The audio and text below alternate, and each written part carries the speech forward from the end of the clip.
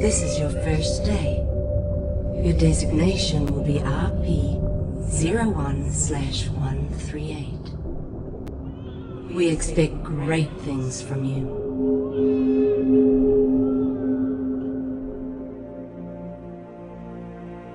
You have been born into dangerous times. A sharp mind can be the key to survival.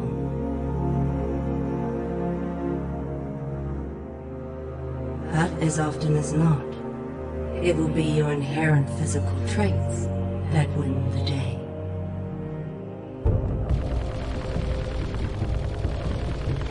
And in this regard, you will be superior to your more common brethren.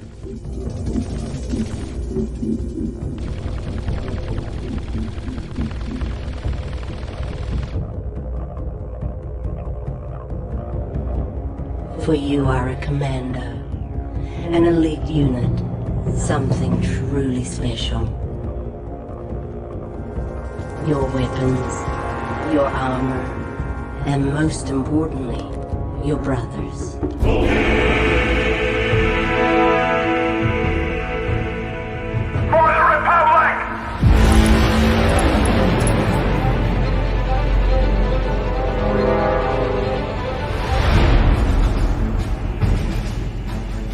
All right, then. Listen up.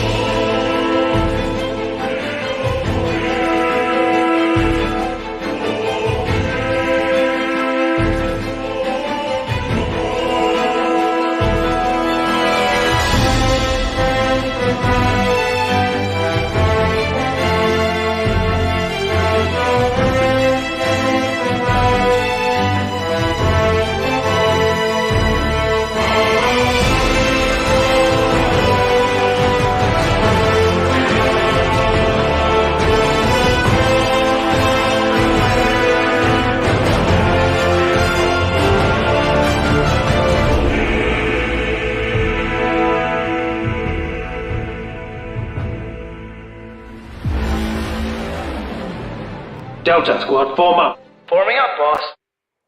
What up, my fellow Republic Commandos? It is your boy Trey of the Bat Channel. We are live in a galaxy far, far, far away. I am so excited to finally talk about the whole entire season of Mandalorian Season 3, the finale, the watch party, all of it, all the craziness that's been going on in Star Wars land. But as always, before we begin, ladies and gentlemen, I have to bring in the best co-host and Sith sympathizer I've ever seen. His name is Darth Super Bro Corey. Where are you at? Not today. I'm all Mandalorian. This is the way. This is the way. This is the way. I'm digging the new attribution to that, yeah, the new attachment. Yeah, you may see some more patches later. It's an actual patch. Oh yeah, buddy. What? Oh snap! Oh, that's crazy! Oh yeah. Snap! How do I get one? You don't.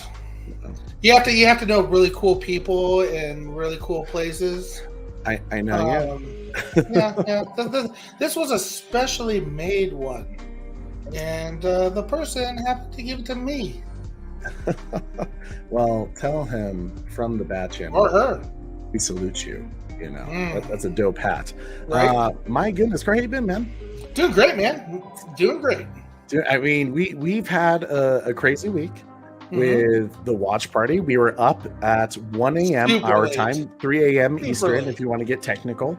Mhm. And we did a nice, awesome little watch party with Skywalker the Jedi joining us. And to our surprise, quite a few of you showed up. So thank you guys. A lot so of people much. showed up. I was ready to go to bed. I was like, if nobody's here, I am going to bed, big fella. Right, yeah, Super Corey, he was like messaging me like, hey man, if there's one person in the chat, I'm adios. No, if there was one person in the chat, I would have stayed. But if we were watching it, just you and I, and nobody was in the chat, I'd have been, all right, go to bed. But not only did we have our watch party, which thank you for all those that attend, and the replay crew that's been checking out after. First off, I just got to say, Corey, can you pull up the slide real quick? Thank you to everyone who made the Godzilla X Kong, the new Empire teaser, trailer, title reveal, reaction video, the biggest video we have ever done in Bat Channel history. Is it officially the biggest one now? It passed 12,000 views and we're it at keeps climbing. 17,000 now. Yeah. Woo! I don't understand it. It's That a is YouTube insane. short, but guys, like to see that response from you guys meant the absolute world. I won't lie, I've been a little bit down about our channel lately.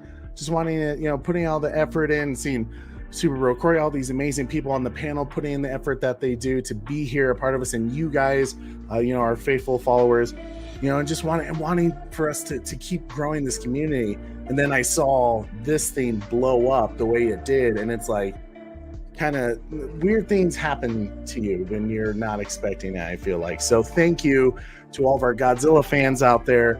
We will be doing more Godzilla content. Corey and I have been talking about a new series that we're going to be doing called the Monarch Monstars. It's going to be a big deal. New panel members talking about the Monsterverse, kaiju stuff. So be prepared, my Godzilla fans. We will bring out more content, absolutely. So thank you for making that video the biggest in the Bat Channel history. That really does mean a lot. Thank you. Now, to 17,000, that's fantastic. And over thousands of likes, like, oh my gosh. It was hilarious because Trey texted me, he's like, hey, I'm about to go to the movies for our Wonder Wives and ours anniversary of getting together. Can you share this video? I was like, okay. And time came and it didn't come up. And then about an hour later, I was like, oh, there it is. So I finally had to share it. And I tried to promote the heck out of it. And then you jumped on and was like, whoa, man, the response was absolutely crazy, bud. It was, man. Like I said, a complete surprise. And yeah, it was my wife and I's dating anniversary where I asked her to be my girlfriend. So we went to go see the Lord of the Rings Return of the King 20th anniversary showing in theaters, which the theater was packed, which is awesome for a film being out for 20 years. But I literally, it was like I found out about it and my wife wanted to, like, we were getting ready to go to the theaters and I'm like doing a quick reaction, trying to edit it real quick and throw it up. But I didn't have like any time to promote. So I was like, Corey, please, like, just give it your best shot. See what you can do. Like, help it. Like, and look at that, man. You're like, you know what? It's time for Corey to try to promote it. Give it your best shot. It's and super bro. Look what happened. It makes sense to me. It makes sense why this is the best video out there, y'all. That's what it's all about. It's all part of the fun. Thank you, Super Bro Corey. Thank you. Thank you, Super Bro Corey, to the win. You're a hero, dude. You're a hero. You're a hero. You're a hero. You're a hero in my book. But guys, as always, we'll go through our big little promotion stuff real quick, and then we'll bring on the rest of Delta Squad. First off, you can follow us on all of our social media pages like Twitter, Instagram, TikTok at _Bat Channel. We've been doing a lot of stuff over on Instagram lately. Every Sunday, we're going to start doing these like Ask Me Anything, just because I want to hear more from you guys. I really do want to build this community and just get a feel for what you guys are up to, what you're interested in. So DM us on Twitter, Instagram, TikTok, do all that stuff. Wonder Wife has even kind of told me that she wants to do like funny videos with me. So we have some ideas in mind for like TikTok. So get ready for that. So a lot of craziness going to be going on. And if you're still over on Facebook at Holy Bat Channel, check us out over there. Just many different ways to get in touch with us so we can hear from you. And as always, it helps us out so much when you guys smash that like, you share this video, you subscribe if you haven't already, and hit that notification bell so you never miss an episode. Guys, we are approaching our 3-year anniversary in late June, and it is my goal to hit 2,000 subscribers before then. All we can do is ask you guys to help us get there.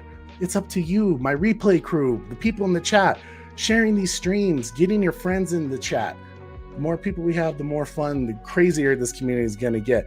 And if you feel like supporting us a little extra to help that channel grow even more, Super Chat. Super Chat goes a long way, which for today, because we have a big special event going on Twitch a little later, over on Orc and Beans 14's channel, we are going to be donating all of our Super Chats that we receive today to the American Foundation of Suicide Prevention. So you do a Super Chat, it's going to go straight into Autumn Snyder Tribute Fund once we get the check from YouTube. So yeah, your Super Chat goes to a great cause. We've done this many times with Army of Dead Watch Party and plenty of other streams. So Super Chat, donations, it's all good. And then, as always, guys, it is time to bring out the amazing Delta Squad panel who's been here in and out, whether they can make it or not, and other people jumping in. That's what's amazing about this community. Corey, I created a new little video for us. Oh, did you really? I did. Hey. It's a quick one, but eventually I'm going to do like whole animations and everything. But Delta Squad, form up. Here we go. Which is why we're sending our most qualified squad to investigate. Someone important noted your excellence on Geonosis. You hear that, Sev? Someone thinks I'm excellent. Well, at least that makes 2 of you.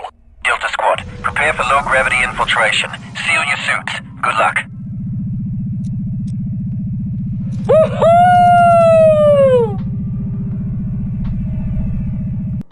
Delta Squad, form up. Forming up, boss. Hey. That is a fun one. That is a fun mission. I think that's mission number 3. I enjoy that one quite a bit. Yeah, I like that. How's it going, everybody? How's the Delta Squad today? Yeah, all good. Imagine thinking King Kong can beat Godzilla. Oh, King Kong can beat Godzilla. It's happened before. That's crazy. This happened guy before. right here thinks. Absolutely nuts. You're lucky that I switched the promoting to Star Wars because I'll still come after you after Star Wars Day today. Dude, you got real quiet after I ripped into you on Twitter. No. That's because I started. It was time to switch promotion to Star Wars. Believe me, it's coming, big fella. Yeah, It's okay. coming. Hey, we got a stream. We could talk all about it later. All right, We do. Yeah. We do. Which, Orc and Beans, I figured we'll take this time real quick for you to tell us what's going on later today. We'll also do it at the end. But while we have a lot of people in the chat right now, let's go ahead and have you talk about what we got going on Twitch later. Yeah, definitely. So we are doing a Battlefront 2 charity stream for AFSP right about half hour after this gets done, which will probably be around 3 o'clock or so, depending on how long we go. But it's Delta Squad, so we'll probably go a long time. And so, yeah, everything is going straight to AFSP. But I know that a lot of our Delta Squad fans are also Zack Snyder fans. And if you want to donate directly to the tribute fund that they have, I have a link to that underneath my Twitch channel. But we, because I'm an affiliate on Twitch, I can actually go through their program, their charity program. And so instead of a subscribe button for me, there is a donate to charity button. And that will go directly towards our goal, which is $300.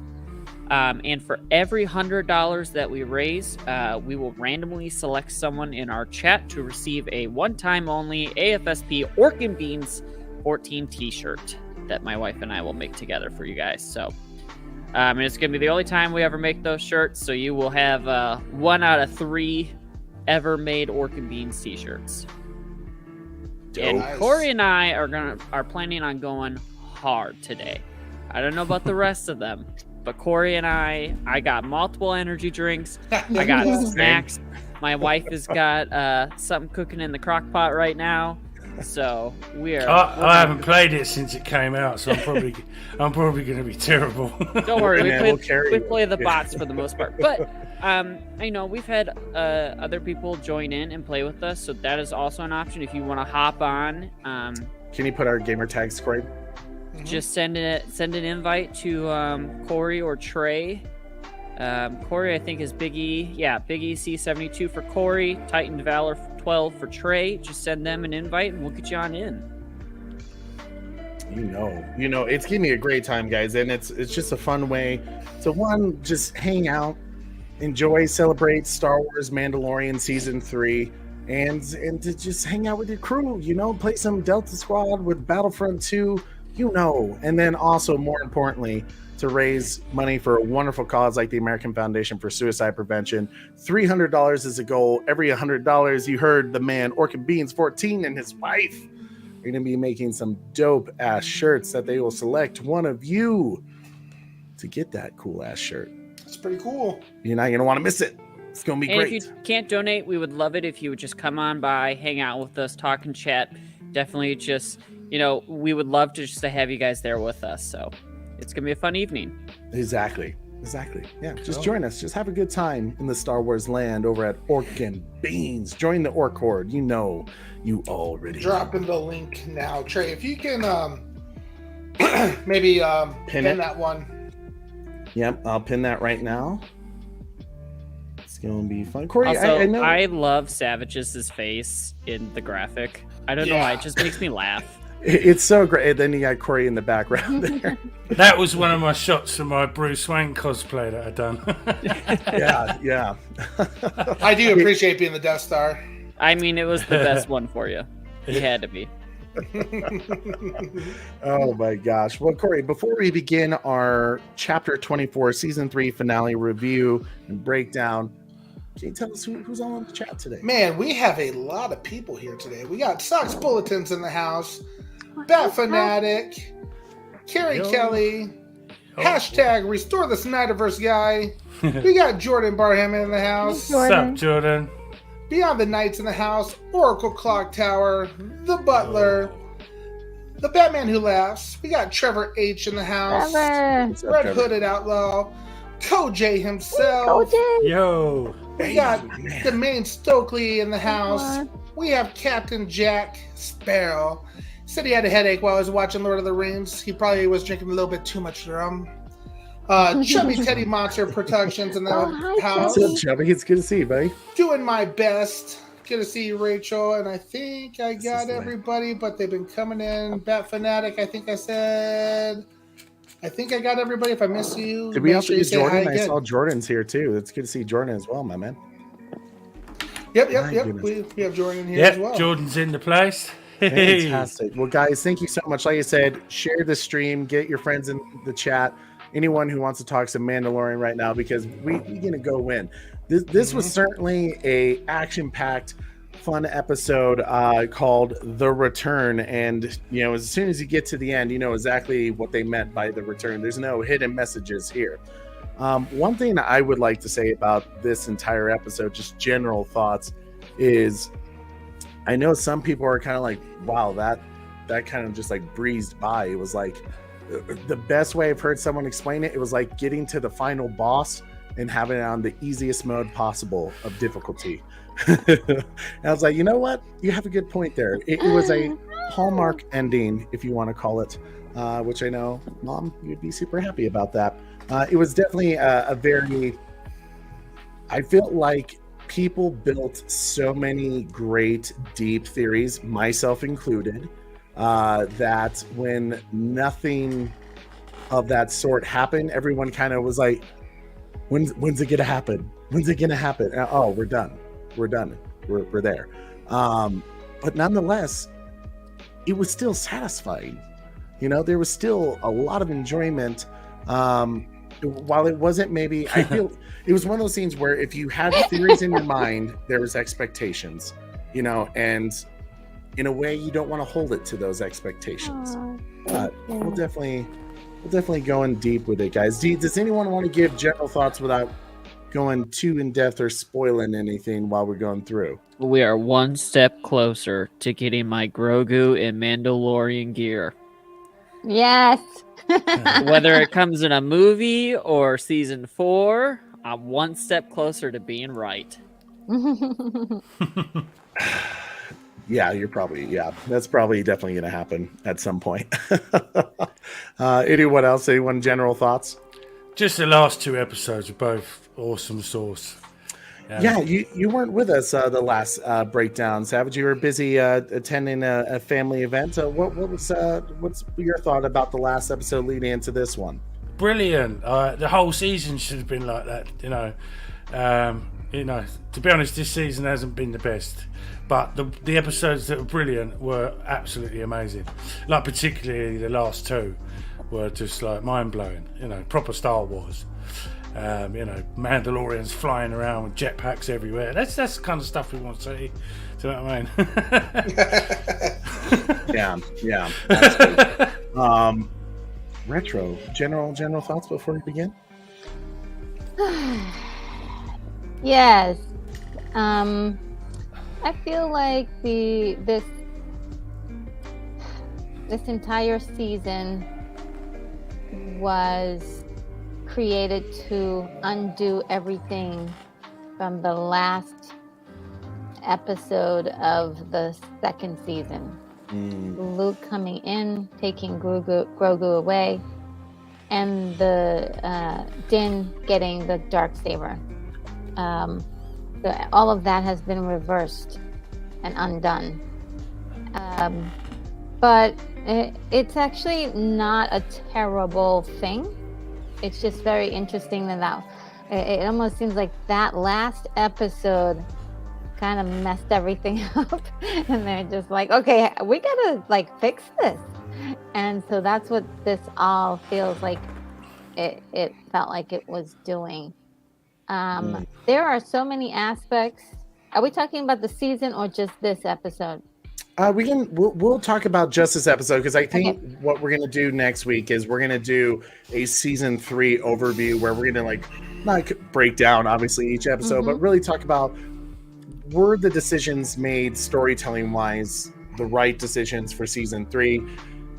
Is it gonna go anywhere from here, or was this season just really kind of a dud? We'll go through all of that for sure. Okay, great. Yeah, so just basic thoughts on this episode alone it was exciting. I had a lot of fun with it. It did a lot of work. There's a lot of exposition in here. A lot of things in here that I would have loved to see earlier in the season, sprinkled throughout, and a lot more I wanted to see of this episode, of the details of this episode. Yeah. Things that we shouldn't have to figure out, but is kind of explained and done so well. So it was a great episode, and but I still feel on my list of rankings, last episode was much better, took more risks, was more threatening, but excellent action, lots of fun moments.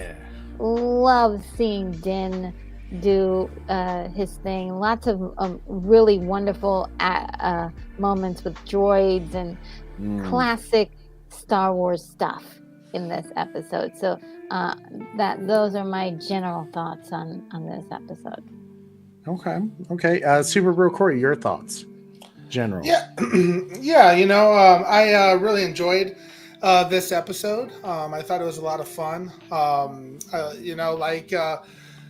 Savage just said, this is proper Star Wars. We saw Mandalorians flying around. We saw, a lot of, tense moments in this last episode. Moments where we were like, oh crap, is that person going to die? Is that person going to die? Is that person going to die? Is that person going to die? Yeah. And it was gut wrenching in a lot of places, because we were all super paranoid with the spies episode and everything like that, and which I think I know I think I'm getting the reference to who the other spy was, per se. But we'll talk about that a little bit later. Interesting. And by the way, I can't wait to hear that, Corey. Hey, Belle Reeve. Good to see you. Belle, good to see you. Belle. Hope you're doing well. Good morning to you. Hello there. It's always Hello good to there. see you, Belle. Yeah, man. I think all of us are kind of thinking some of the same things of where there were issues, where there were some good stuff here. Like we talked about earlier, we will do a season overview at some point where we can really kind of go into like what we think they did right and wrong with the season. But for now, we're going to just really break down this episode. It's pretty quick, so I almost think we're not. And I didn't get the feeling that there were a ton of metaphors in this one. This one was just action packed. Take it for what it is. You know, pew, pew, pew, yeah. pew. You know, there wasn't much really like, and this is the reference of Christianity where they talk about, you know, there was nothing really like that this round. I mean, there is something we'll go in depth with a little bit because I think it could affect the future going forward. But for now, let's just go ahead and get right into it. So, guys, here it is, Chapter 24, Season 3, Finale, Episode 8, The Return. Breakdown, Easter eggs, and theories. Let's do it. Okay, so they just kick off this episode right where we left off, and honestly, that's a good thing because last episode broke our hearts with the death of Paz Vizsla. My man, that dude, full on Mandalorian all the way through. But of course, Bo-Katan was able to get some of her people out and escape the ambush of the stormtroopers from Moff Gideon's group. And as they're escaping, of course, you know, everything's tense. They're kicking it right off. It's action packed. We get this whole scene where Axe Wolves, who at the time we were still thinking he could be the spy because he escaped the ambush in a way. And of course, Bo-Katan reaches out to him and says, "Hey, where are you at? Like, Moff Gideon is still alive. Like, you got to get our people out. They're sending all the interceptors, TIE fighters, and bombers, and they're going to try to take out our fleet." So she's basically telling him to like get everyone out as soon as possible. Guys, were you? I feel like if there's one thing this episode did really great, and really this season, characters we maybe didn't like before kind of got some great redemption arcs. Paz Vizsla.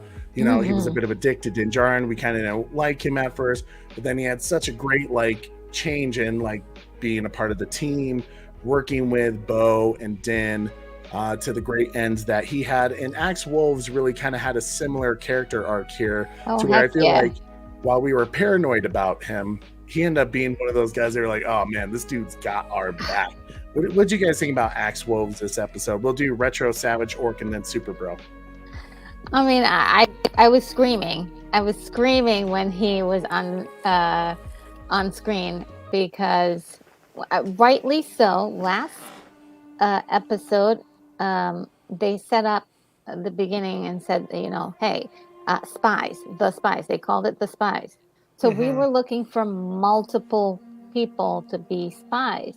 And we're trying to figure out who's the spy because that episode really should have told us like who the spies were, and no one was revealed. So we were thinking that anybody could have been the spy, and everybody was on the chopping block to be the spy at that point. And it was just so awesome. Actually, I actually like the fact that we were wrong about everybody. They were actually pretty cool, and you know, Axe Wolves really improved as a character for me in this episode, charging in there with his, you know, and with his voice and saying, hey, you guys go here, you guys do this, I got this. It was like, wow, a hero. That's what we want. We want heroes in this, you know, Star Wars. And so it was just so refreshing and good and gratifying for that moment, just to see him do his thing and do it well. I mean, that entire sequence is just just awe-inspiring, very incredible in my opinion. A very great action moment, and it feels like war, and just loved it.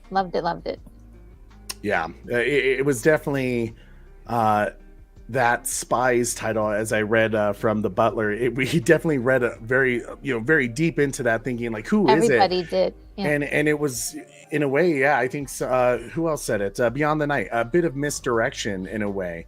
Corey, I can't wait to hear your theory about this, but to me, I scratch my head. You want me to say it when we get up to it? When it's my turn? Sure, yeah. Okay. Savage Bat, your thoughts about Axe Wove's character arc and kind of how he took a much different direction than most audience members were expecting.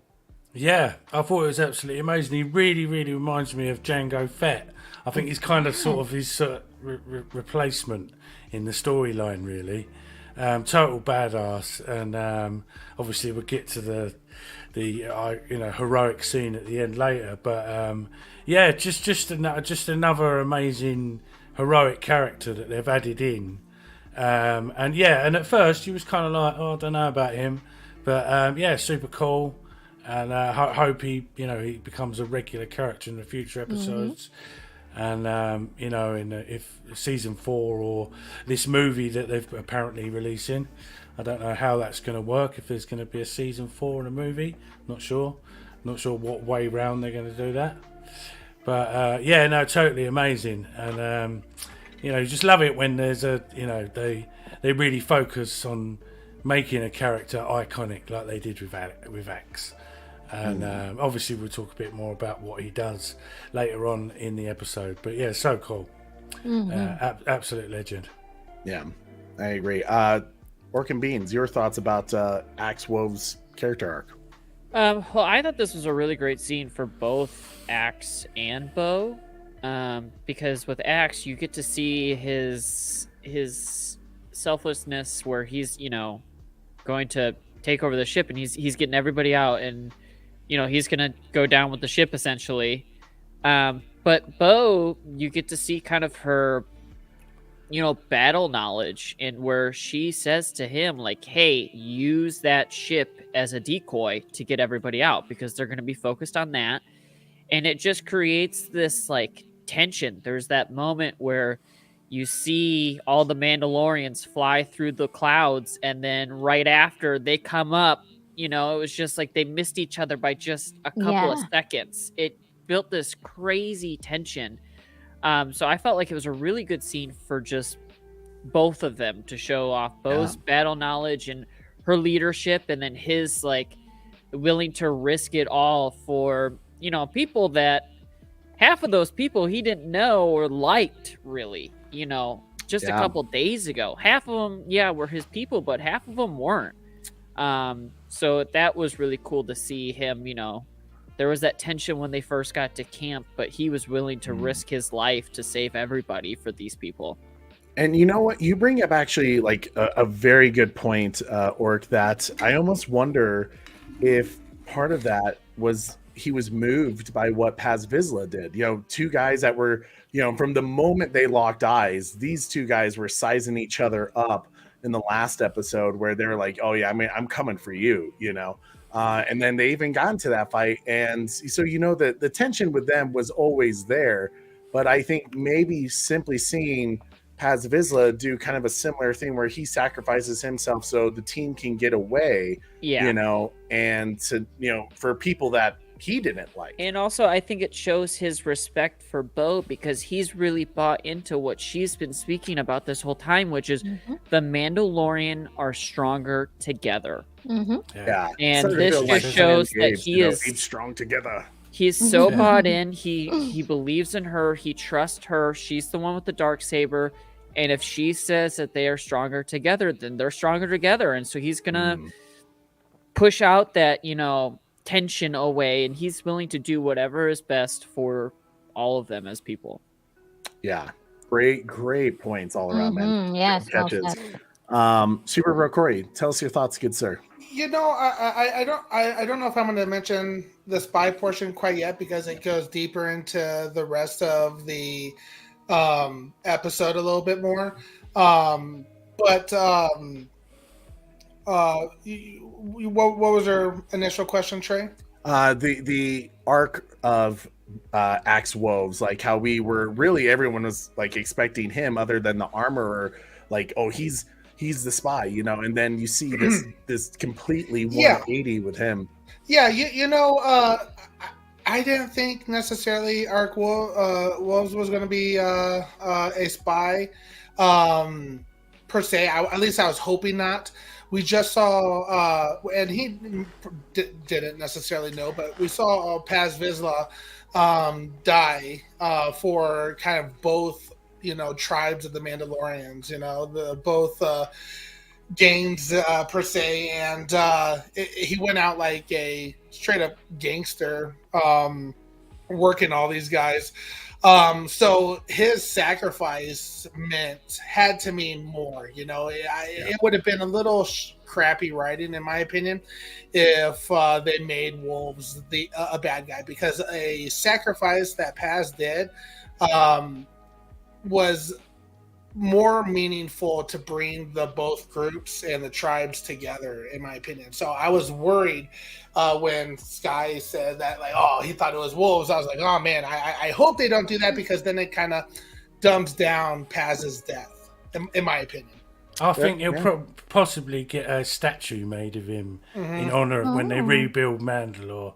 Paz Vizsla statue in honor of him. That'd be pretty cool. Yeah, absolutely. Definitely, I agree, Corey. I think in the end, it was smart writing to kind of throw. What's up, Necron? Good to see you, brother. To kind of throw people off, making them think, oh, it could be, Axe Wolves as a spy, and then to have this different hero arc with him that kind of made everyone like on Team Axe. Like that was, in my opinion, a good decision and a good misdirection there. Now, one of the cool things was, as we know, Din Djarin was captured, and this was a bit of a how do I word this? A plot armor in a way, but it kind of made me scratch my head. First off, it felt like that scene in Austin Powers where like he's like, close the gates, and Scott turns to him and he's just like, what are you doing? Like just kill them right here. And he's just like, no, I'm just gonna assume it all went to plan. Like this is how we do it. And like any typical evil villain, once again, just planning as if it went, the way it should have. Who thought it was a good idea to only put 2 stormtroopers on Din Djarin? Right. Come on. You knew he was going to try to make something happen. When he found his moment of opportunity and he's able to put up a good fight against these guys. Now, they do have Beskar armor and he doesn't have all of his tools with him to take these guys down. But I really did love the fact that Grogu comes out of nowhere. And because we noticed that, right? Like Grogu wasn't with the rest of the crew. So we're wondering like, well, where did he go? And to have this like moment where Grogu can stand with Din Djarin in these intense, action-driven and scary moments, dangerous moments. No. It was wonderful to see that finally these two can actually support each other on these missions. What did you guys think about Din Djarin, like saying, we were kind of expecting like, okay, kid, like he did in the last episode, stay back, don't, instead he was like, if we don't do something here, if we don't get Moff Gideon, he's not going to stop. Are you with me? It was a difference already in an episode where he's having to change, I guess you could say his parenting style and be like, no, you're ready. You're ready to come with me on this mission. What's your thoughts, Retro? Well, I think they kind of set that up in the previous episode where he nominates, or maybe it was 2 episodes back, where he nominates Grogu to go with them on this mission. And for a second, I'm like, why are you taking a baby with you on a ridiculous mission like this? But we've also seen, Din and Grogu go through much more intensity in many, many situations. So I thought it was really a very bonding moment, and like a great character moment between the two, with him actually we just experienced this incredible action moment, and then we slowed everything down to have this like heart-to-heart talk. Like, look, I know you're just a baby, and you're gonna probably see somebody die right now. Like, we're gonna have to kill this guy. And I was like, oh snap, like Grogu is gonna have to get involved in taking down Gideon in some way. We don't, at that point we didn't know how, but he's asking Grogu to be involved in this, so that they can finally be done with him.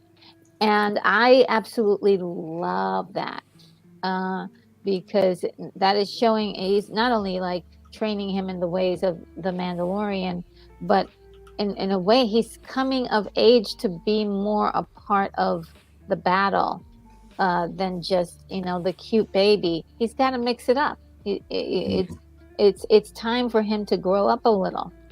And so I love the moment of understanding with Grogu nodding, like, it was so cute, and not use the yes button, right? He had the option to use the yes button, but he nodded. In a way, his nodding, you could almost like narrate in his mind of what you think he was saying. It was almost his response of saying, "This is the way." This is the way, yeah. Yeah. He's and if you watch a lot of Grogu's movements, he nods a lot too. It is like he's mirroring what he's seeing from the Mandalorian. And I love the Mandalorians, and I love that he's becoming a true hybrid between a Jedi and Mandalorian. And that to me was a great father-son moment, and just a wonderful moment. I like the way that was written. I really do. I really like that. Yeah, I agree. It was a sweet moment between the two, and I think just like a great new level of their relationship, to kind of show where it could go from here. I completely agree with you, Retro. Savage, your thoughts about Din basically saying like, yeah, you're in this with me. We got to do this together. It's no longer stay back. It's dangerous. He's now a part of the fight. Yeah, I think it was really nice. And, it's been a trait of Star Wars, putting people in danger since the beginning, really. Like Luke was a teenager, things like that. And it was time. And like mentioned before, Grogu's little nod of understanding.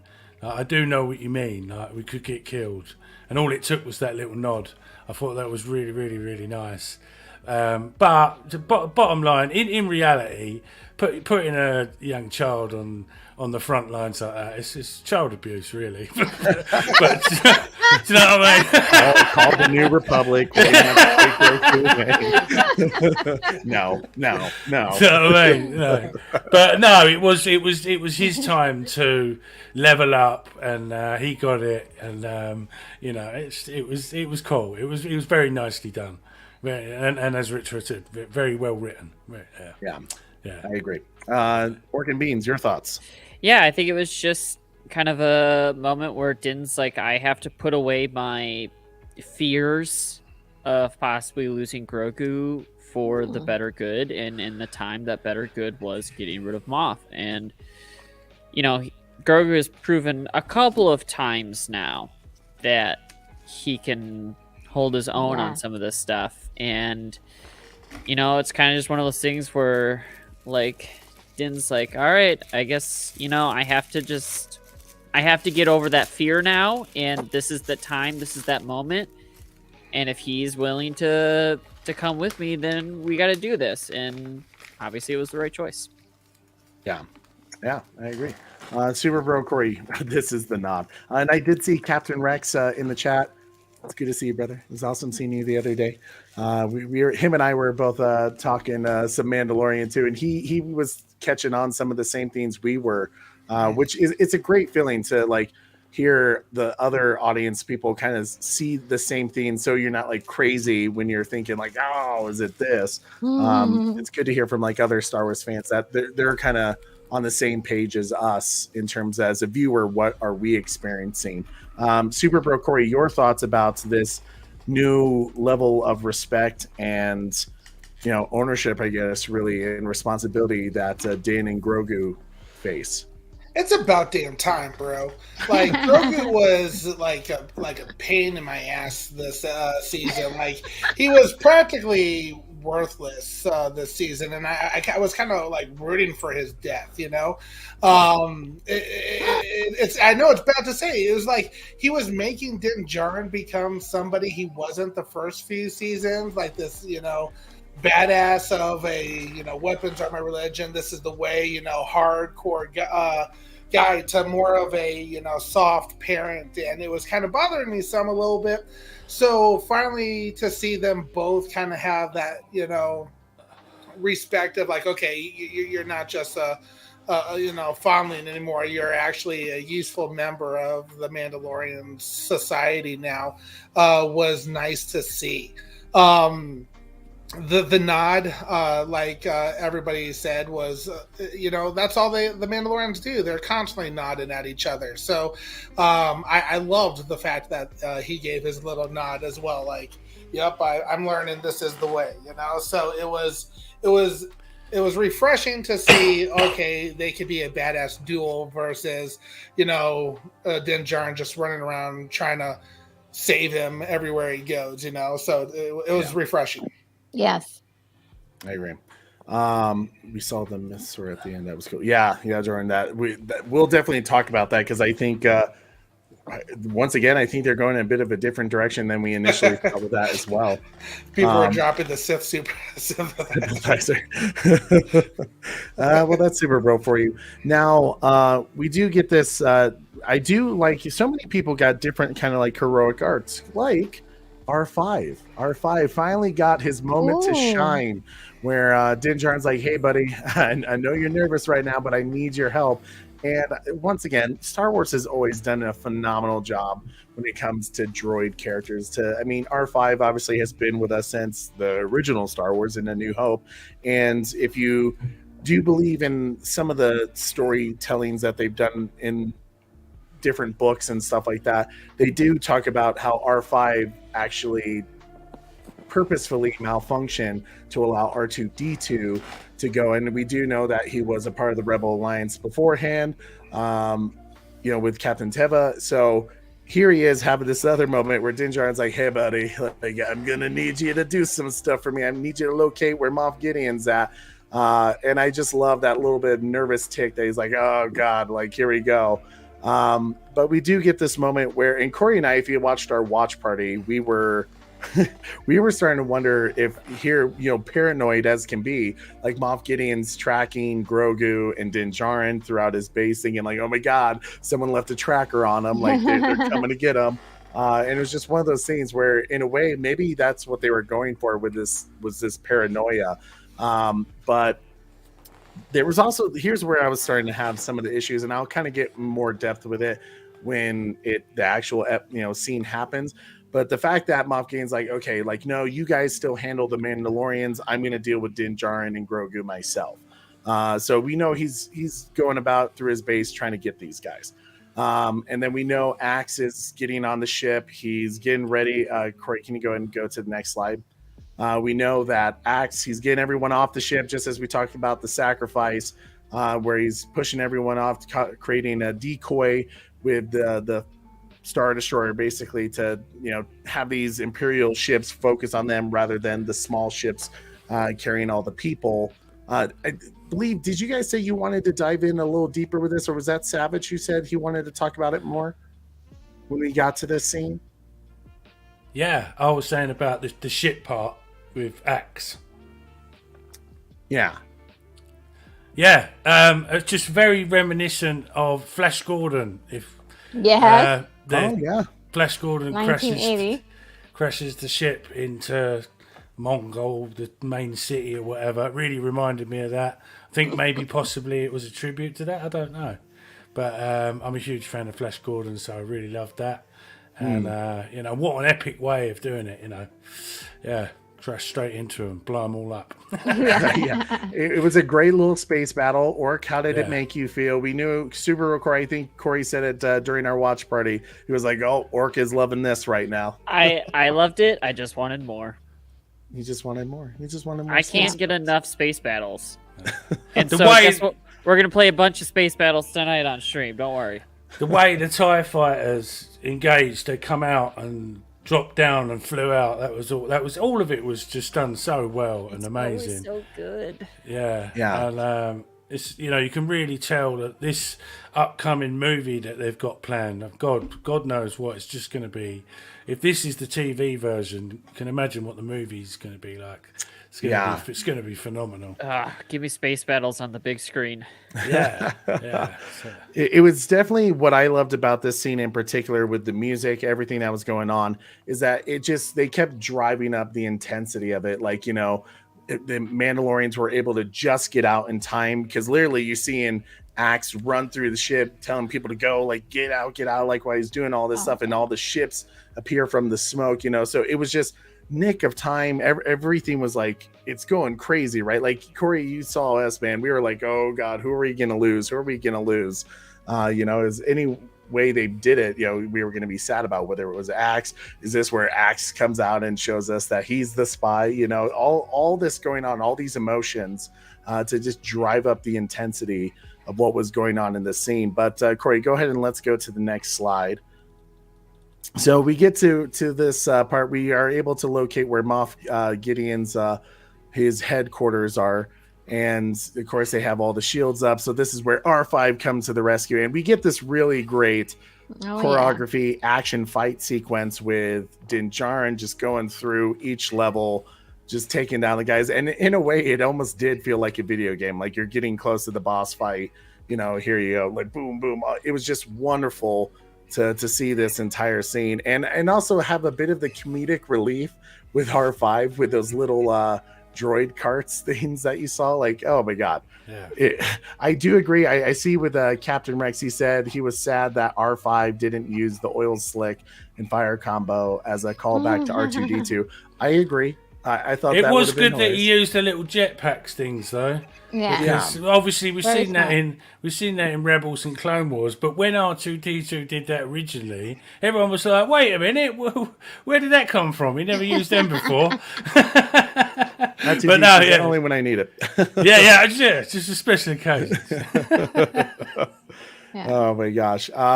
It was. Like you said, the fight sequence was awesome. I love seeing them go through each level, taking down the guys, and also like using their own weapons against them. In a way, it kind of showed how Din, fighting style wise, he was able to take these guys. I mean, it's just once again, the Empire can't match their, you know, taking stormtroopers versus clone troopers. You know, it was never going to work for them, you know, when it comes to who is going to win the fights. Does anyone have anything to say about this particular scene before we get to the crazy scene? I just loved the idea that he was like gearing up after each fight. Like the first one, it was just fisticuffs for him. Then he grabbed a shield. Then he grabbed a baton. Then he had a gun. Like it was just like every time he came through in that scene the shot of where there was so much gunfire that it created like a smoke screen, and those two are just sitting there waiting to see who comes out afterwards. And then Din just sliding through, coming out of the smoke was a really, really cool shot. Oh yeah, I agree. Yeah, that was cinematography wise, that was a very cool sequence all throughout. I do see what Oracle's Clock Tower is saying. They did have a bit of a callback with R5 not answering. Yeah, there was a little bit of, you know, like, oh, 3PO, where could he be, kind of thing, while he's waiting for the levels to, you know, the laser shields to come down. So yeah, there was definitely, it felt like Star Wars for sure, especially this episode. Now let's go ahead and get into the next scene. This is where some mysteries are revealed, but also some questions that we all had. Oh, did Retro Nerd get kicked out? Oh dear. I think the signal went bad. Oh, there she is. Okay, cool. she is. Hey. I think Corey has gone to. Corey, I'll take care of it. So we enter in one of Moff Gideon's secret rooms. And now here's where I say I was a little bit irritated. We already know that Moff Gideon is like going I'm after. sorry. I don't mean to interrupt. Did we Yeah. we finish talking about the gates?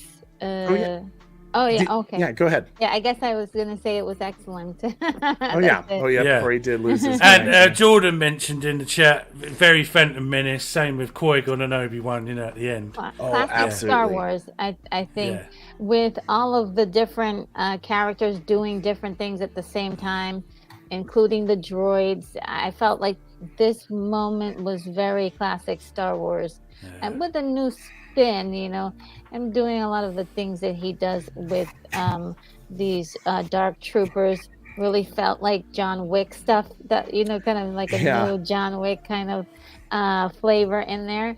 But then it ramps up that tension, that last gate, like not having everything work properly, and he's like, hey, open that the last gate, and he can't get it R5 to help him out because R5's busy. And that kind of busyness and tension, I think, is just not only is it classic Star Wars, it is exactly what kind of locks you into a scene like this, and it's never going to leave your mind. You're never going to forget about this awesome scene, and how he just bursts through the smoke and kicks major booty, and it's just wonderful, Yeah, absolutely. It was definitely a very cool sequence, and just like you said, a great way to not only have an interesting action sequence that did have a lot of references and kind of give you that old Star Wars vibe, but to also have a little bit of that comedic relief and a little bit of that hero arc for R5. Congrats, R5. You deserve it. I'm glad he got his little bit of limelight. Yeah. That was really cool. Yeah. He had a moment, which is all that R5 after all these years, he's as old as Star Wars can possibly be, and R5 got it. Congrats. Vindicated finally. Right, yeah. Okay, so let's go ahead and go to the crazy scene where we find out that it's not Snoke in the tanks, but it's Moff Gideon himself. So when he said to Commodore Hux, clones are your thing, that's your obsession. Can I jump in here, Trey? Go right ahead. You're cool. Ready.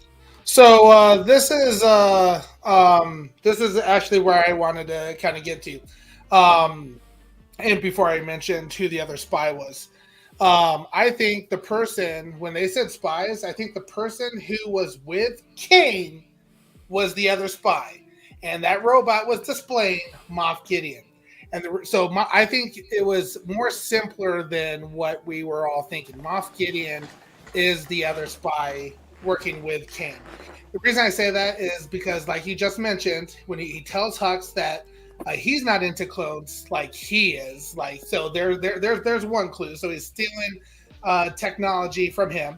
Dr. Pershing earlier said Gideon lies, saying that his work has been compromised and different things like that earlier in the season. And then clearly he was trying to be the sole leader of that, Dark Council. And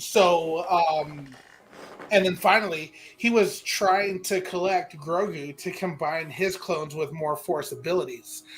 So, in my opinion, that when they say spies, if you look at the actual definition, it's just a person who secretly collects and reports information on the activities, movements, and plans of an enemy or competitor. So, enemy being the Republic, and competitors being everybody else on that Shadow Council. So, I think Moff Gideon, is technically the other spy, and there's some more things that I'll say about that later on. Gotcha. Interesting. I like that. It definitely kind of solves that issue. I wish it wasn't so ambiguous and more like real, like up not front. left up to question with the audience to figure it out. Yeah. And there's a lot of things here, a lot of questions during the season in general. We could talk about that next time, but that is just still looming even after this episode, that is just unexplained, or we the fans have to like do some kind of trickery to figure out like what you know what I mean. And it's like I totally like that idea of Gideon being the second spy, like and so that first scene where we see them together, the spies are conspiring exactly against both the New Republic and the Remnant Empire people. And so like I do like that, but I still think that the showrunners and writers are definitely at fault for misleading us or not really fully giving us a more plainer description of who spies would be, you know. Yeah, I wonder if that's kind of the reason why one, there's issues with the show being short and them kind of talking about pointless stuff, but I was really trying to wrap my head around with the episode with the Doctor Pershing and Kane and everything like that, and how he was really, kind of talking Moff up, and then the whole when he announces what the clones were doing as well, that right there, explains the reason why he wanted Grogu so bad. So it took some thinking, but I think that's what they are meaning. Interesting. You're making a lot of sense. You're making more sense than the actual season. Right, yeah. It was definitely good job, Corey. Corey coming in hot with the ideas. Hey, at least he was wrong about Din Djarin being the double spy. But yeah, we get this whole scene where we find out that it's his clones, and we already are starting to like put the pieces together now. Like why? What's up, Sky? Hey, dude, $5 super chat coming in hot. Thank you so much, Sky. Got caught up with something. Sorry, couldn't make the panel. Much love to you guys. Smash that like button, share this video. This panel is fire. Thank you, brother. Thank you. He also said he figured it out. He thinks the spies was a biblical reference for sure. I've heard that theory online, definitely. To be honest with you, this scene where you find out that it was Moff Gideon's clones, I was like, why? Honestly, it was a bit of an interesting, like, I don't know, like ego power move. Like, of all the people to clone, he's probably not the person to. I mean, he has no abilities. Even the training that would come with having the Force or like being a superior being. And I get like him trying to make himself a superior being. I just don't see anyone else saying they would want to put in the resources to do that. I mean, obviously he's a scary guy. So they'd probably do whatever he says. But at the same time, it was just like, I thought it was logic really, was kind of flawed. I thought it was really odd, and I was like, I think we talked about it a little bit last week, and my reasoning for thinking that the clones were going to be Moff clones was because of his incredible ego and narcissism, and he's just so involved with himself. I mean, look at these clones; they are like 70. And why wouldn't you make a clone that's like in their early 20s, a robust youth? Like Django Fett, that's why he was picked, because he was in his prime, And I know Captain Rex keeps talking about that. Captain Rex, we'll definitely dive. I know you keep bringing up. We'll dive into that because I want to get to like what happens with Moff Gideon and then talk about it. But I do think there's something going on more with that. And he is a fan of the Force. I think because he has this thing with Darth Vader. I mean, his presence looks very Darth Vader ish, and so he thinks by having the Force, he'll be able to wield it like Darth Vader, or his clones will be even better and stronger. Will be able to impose his rules across the galaxy. But the thing is that he will need training. He has never thought about the part that's the most important with Does he Force. though? It was Ray like he picked it thought up. of a really cool idea and then like didn't think about like, oh well, how do we do that after? Like what happens after? You know, and there were a lot of question marks. Like you bring up Darth Vader a lot of like him obviously knowing of Vader and his power with the Force, but like there was also what was going on with like you knew Star Wars fans were going to point the finger and go, why does he have the Death Watch helmet with the spikes that the group with Darth Maul? I think like, is Darth Maul still around? People are going to ask those questions, and just to say like, oh, it just looks menacing. It's kind of like a that's it.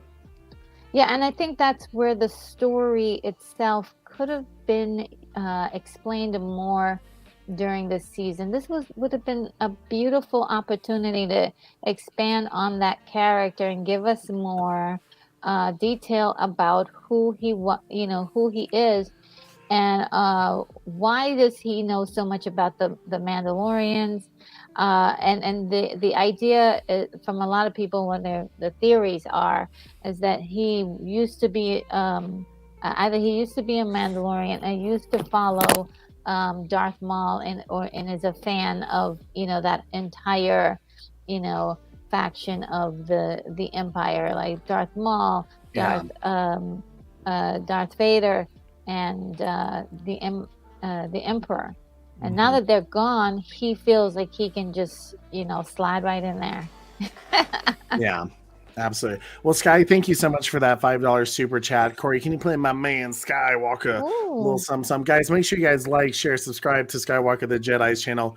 He's doing a lot of great things over on his YouTube channel and some big things coming up for sure in the coming week. So please subscribe to his channel. And Sky, this is for you, sir. Thank you. Size matters not. Look at me.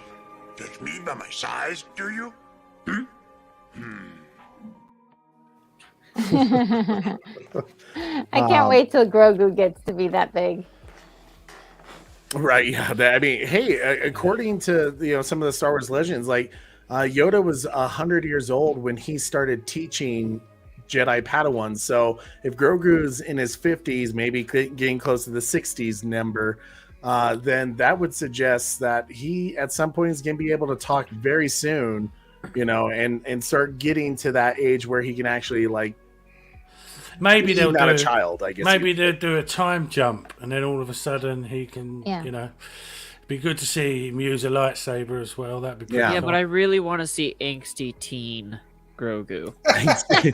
Like frickin' Groot. No, I'm Groot. That'd be interesting for sure. But yeah, so obviously we can't be having no Moff Gideon clones hanging around. So Din Djarin does the best thing he can do, just completely wipe them out. And this is where I say this particular scene, while I thought it was like cool, it answered a question, it also made me incredibly angry.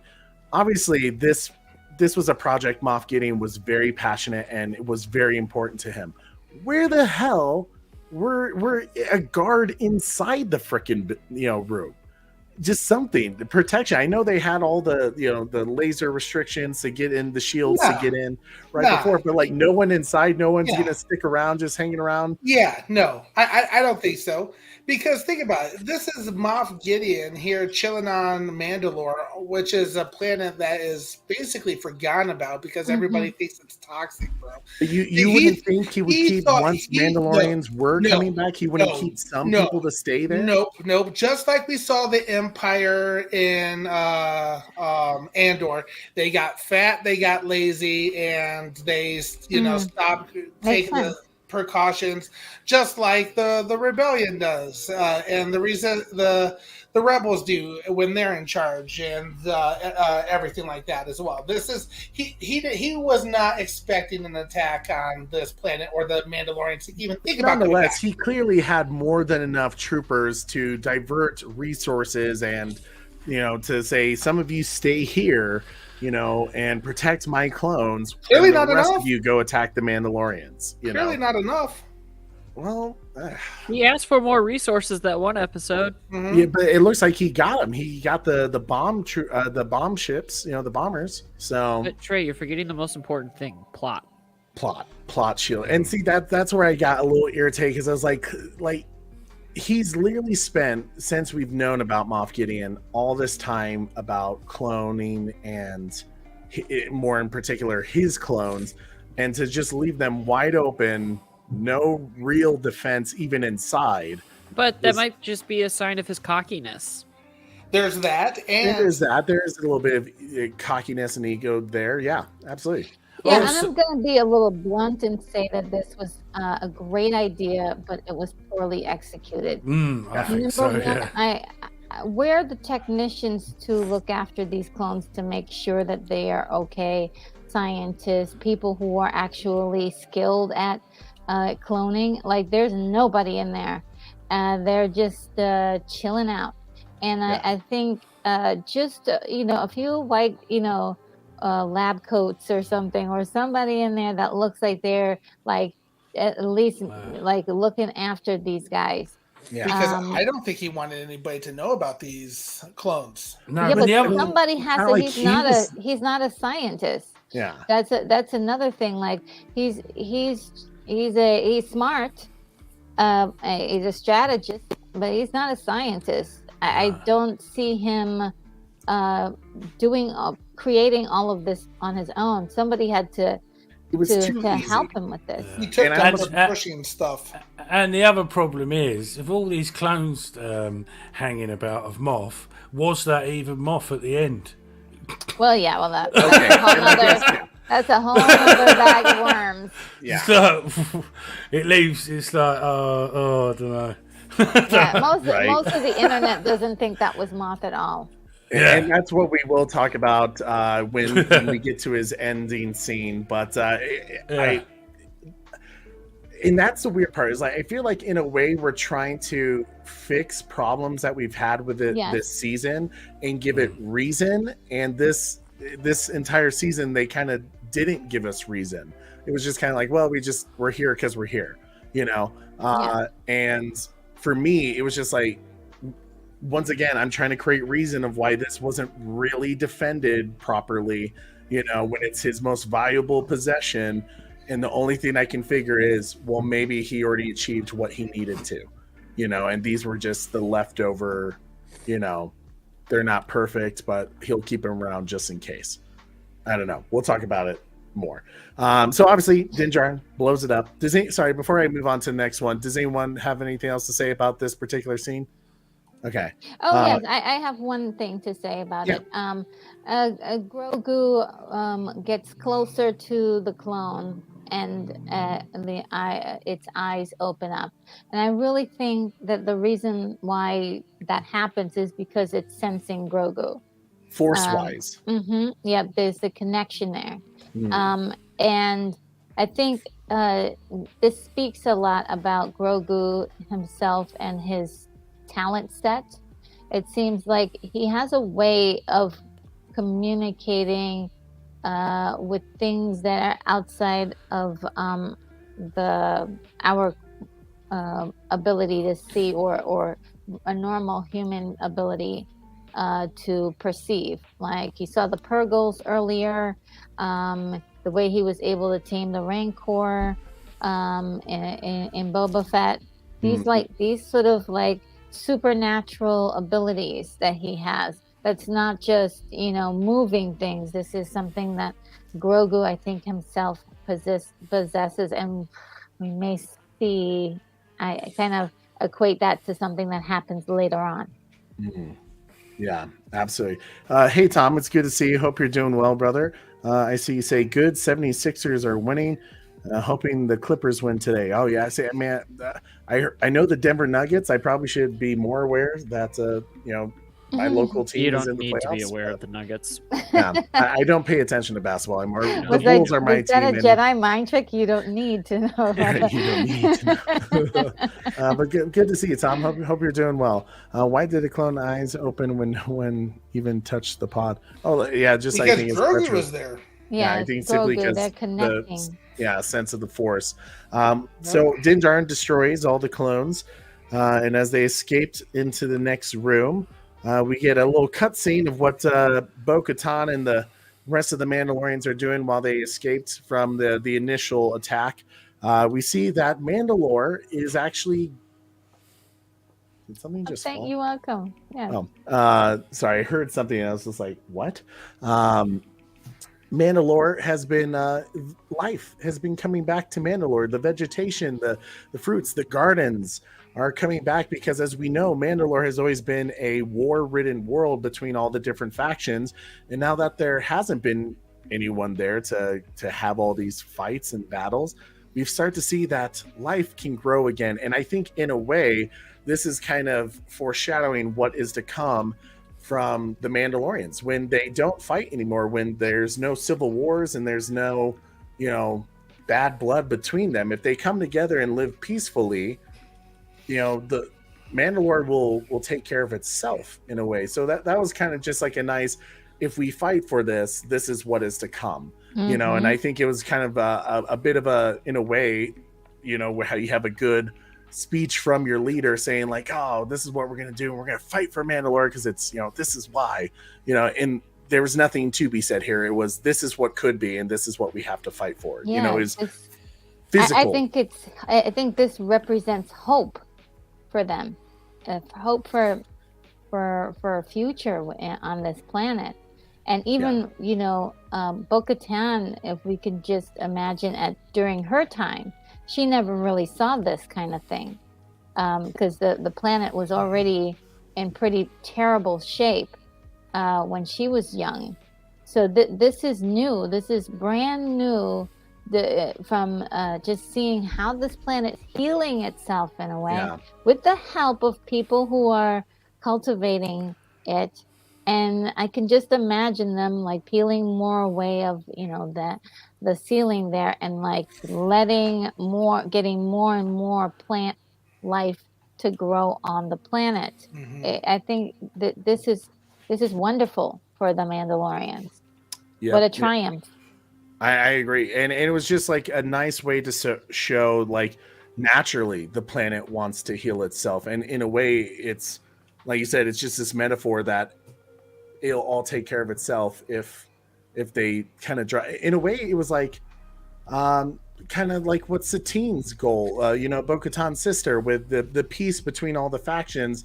This is what it could be. So she's seeing that side of it as well. So there was all quite a few things going on in that particular scene. And like you said, the motivator to get everyone fighting. But we kind of got a little bit of another thing with the Armorer having this arc where we were all predicting and kind of theorizing that, oh, maybe she's the spy, even though it didn't really make sense. They kept, cinematography wise, they were doing the storytelling of focusing on anybody or music, trying to give us an idea of who the other villain is. And then to see just the Armorer be like, nope, here we go. I got reinforcements. Let's go and fight for our land. We were all kind of like waiting, okay, like when is she going to turn on Bo-Katan here? And it never came, which I'm kind of okay with it. Jordan. See you later, Jordan. Have a good one, brother. This is the way. Peace out. It was still this epic sequence where we're seeing all these Mandalorians come together with their jetpacks. And when she turns on that Darksaber, man, we were all like clapping and like, yes, here we go.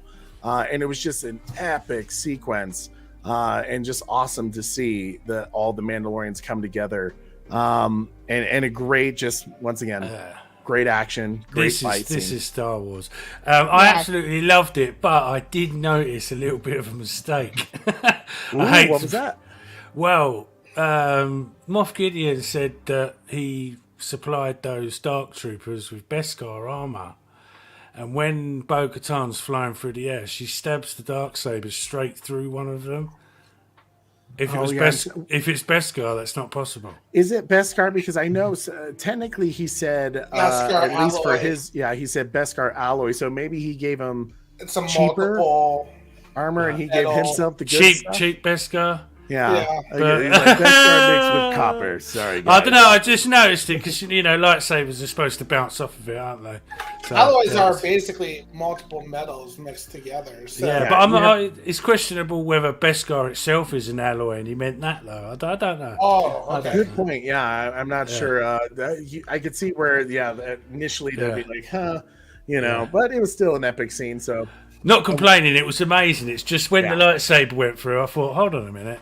Right. Yeah. Sorry, go ahead. It definitely was a moment of going, Yeah. Initial, just like your head turn, like, all right, I'll allow this it. is not quite working, but okay. Right. Now we do get this sequence where, of course, every villain kind of has to say what their goal was in mind. They have to reveal their entire plan. And Moff Gideon's, of course, like, you destroyed my clones, which to me, once again, maddening because he literally shows up right after the fact, knows what he did, and it's just like, once again, it's your own fault, dude. You had no one guarding them, not even your Batarian guards. Like, what's going on here? But to have him be like, I was creating my perfect self, my perfect being, and before they could even draw their first breath, you killed them, as if they were killing a piece of himself. So now he's going to make Din Djarin and Grogu pay. Now this scene, obviously, we're all panicking a little bit. Din Djarin's getting his butt whooped. Clearly, Moff Gideon's Beskar alloy armor is also mixed in with some mechanical cybernetics that is making him stronger, faster. That was really cool, and more people should have that. Iron Man, like an Iron Man suit, and it's very much very reminiscent of Darth Vader's suit with the flashing lights and all that. I really, really like that. And what's his name? Who plays Moff Gideon? Giancarlo Esposito. Yeah. And he's so over dramatic with everything he says. I think he really suited. It really suited that type of super character. I really enjoyed that. He's just fabulous, and charismatic. Yeah. And the last episode when he's like, we've got to stop meeting like this. I was like, oh my god. He knew exactly how to like push her buttons for sure, and that's what partly made him. I almost wish they had more scenes together, like even a torture scene between the two would have been wonderful, because man, and we'll talk about that scene, especially because that was one of my favorite parts of this entire episode. But of course, it's intense. It's getting crazy. Din is getting his butt whooped. But once again, Grogu's here to the rescue, doing the no.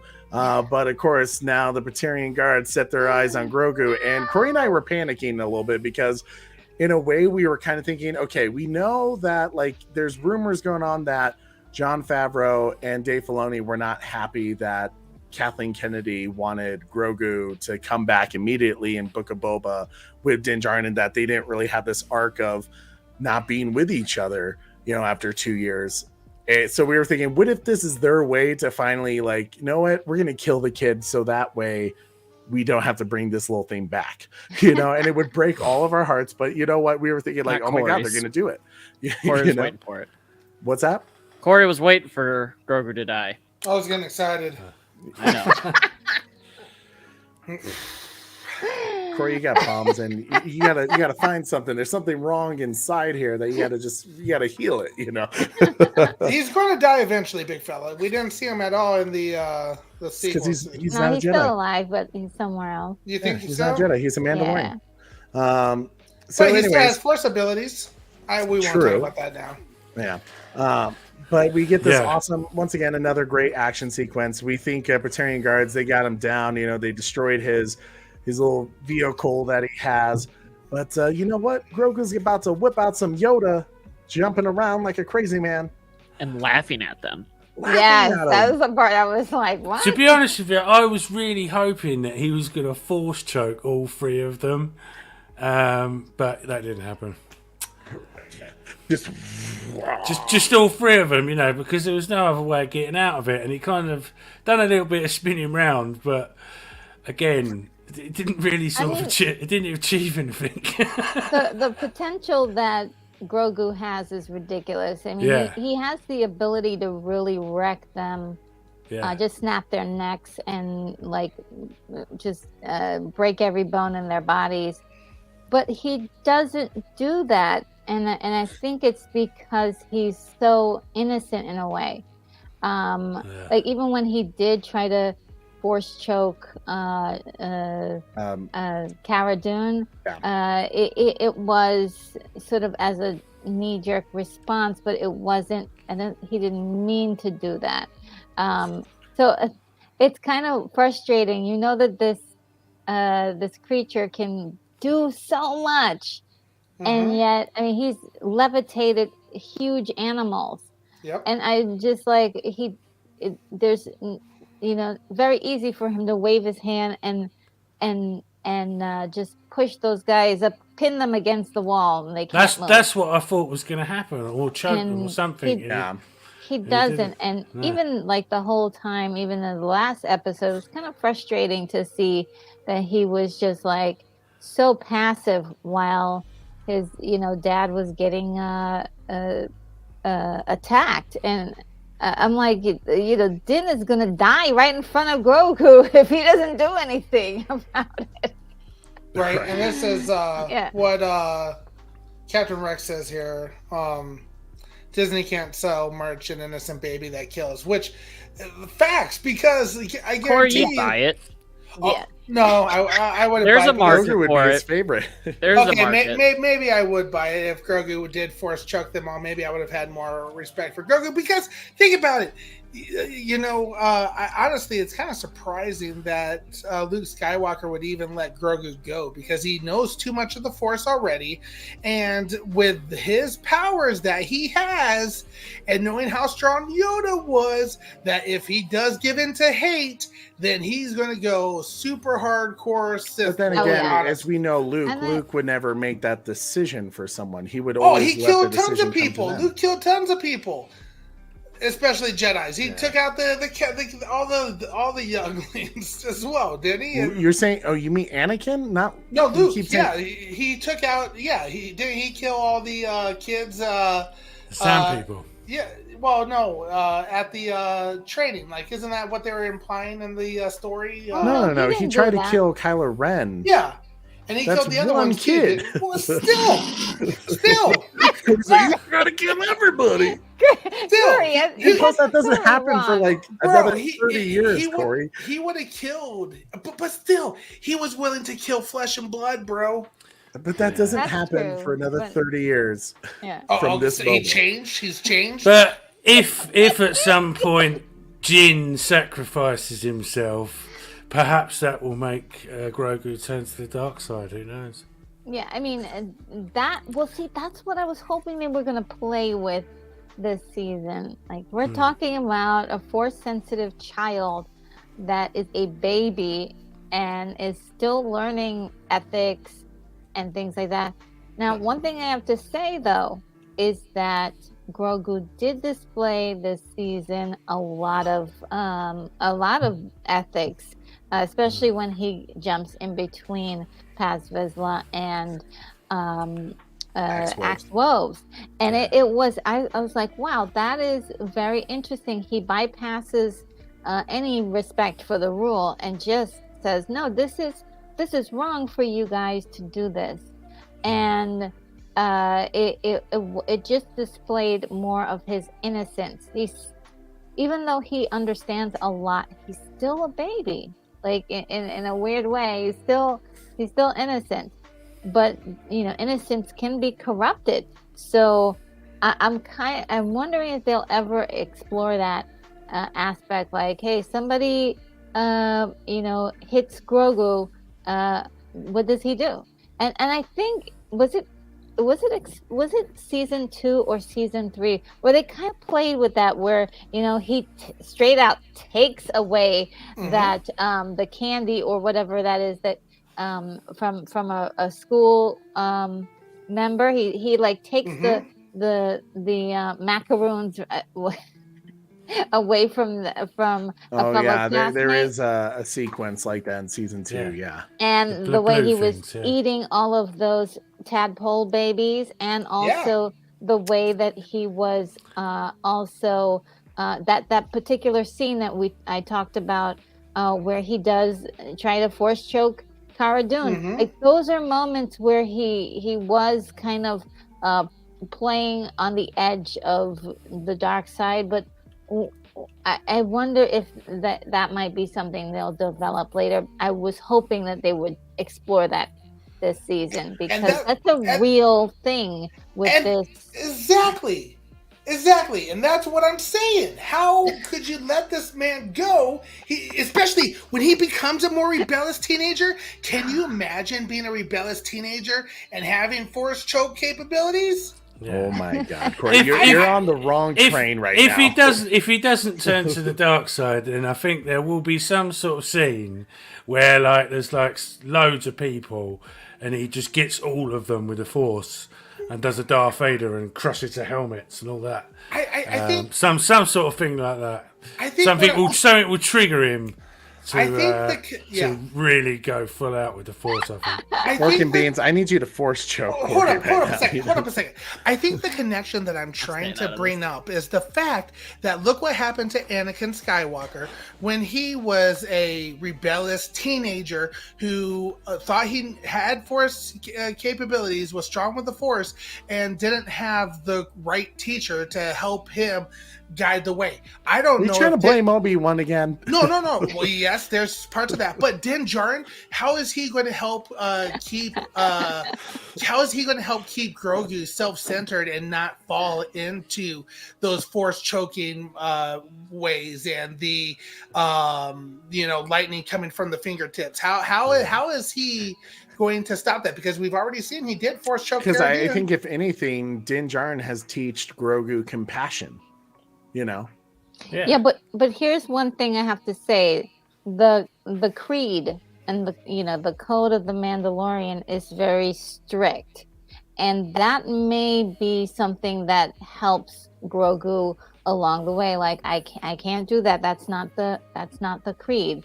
It may help him in his search to belong to somewhere, to his search to be part of the Mandalorians, to actually follow at least a creed and some sort of guidance during his journey. So I think that might be helpful for him. But they are also bounty hunters as well. Some people might die. They will kill for money. So some people might go. Corey, I agree Call with the what morgue. Beyond the Night says here. Someone give you a Snickers because you've gone all Sith on us and you have completely derailed this train of, I'm just saying, it's very leave that they leave Grogu unleashed like they do. If I was Luke, he was about to kill Ben. Why wouldn't he kill Grogu as well? Anyways, moving on from Corey's tangent of Grogu's the bad guy still.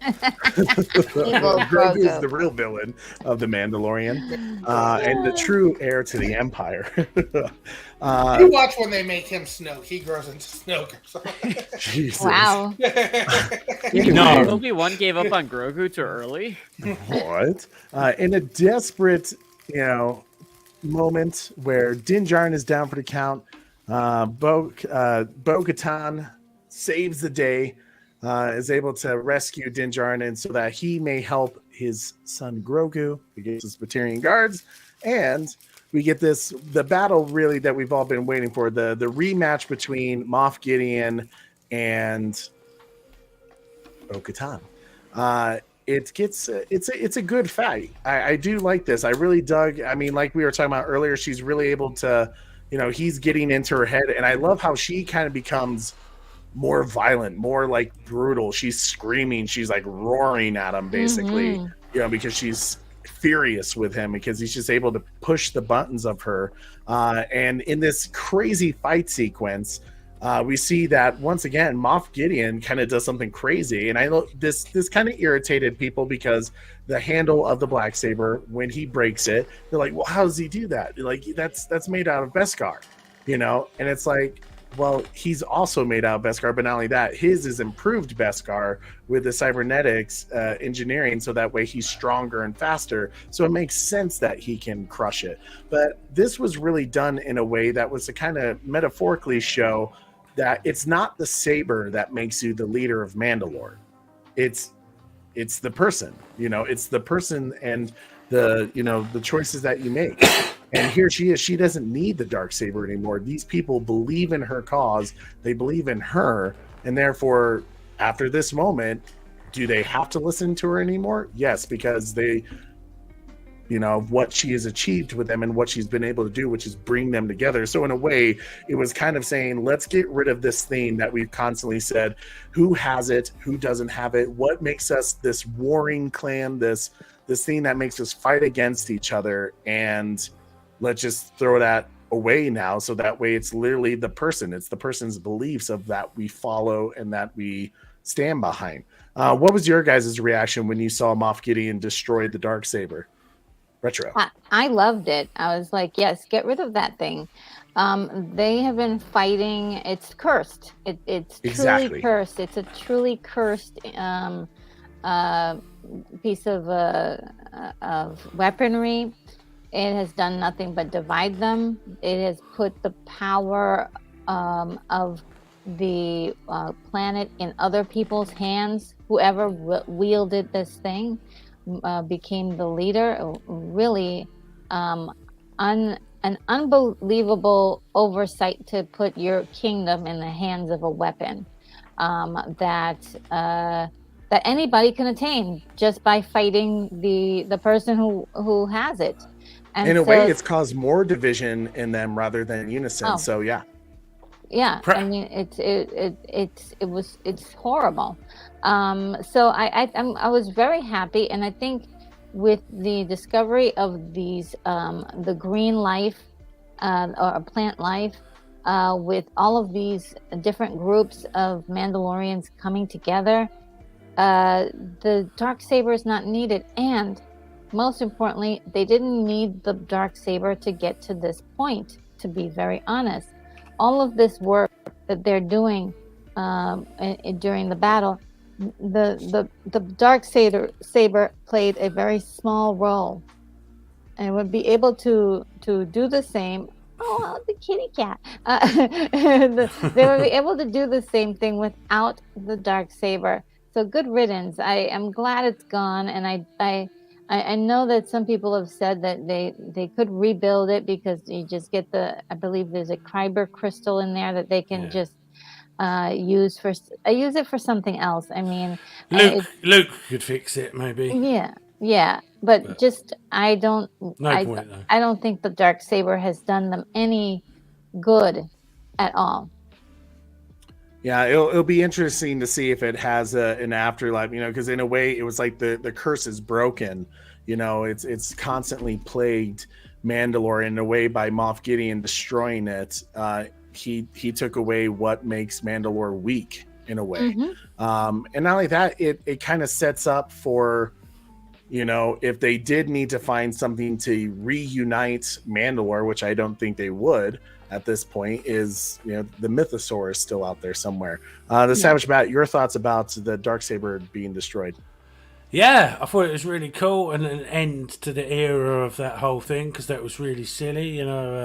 Like Darth Maul ended up being in charge of Mandalore because of it, and obviously he's not the best person to rule a planet, obviously.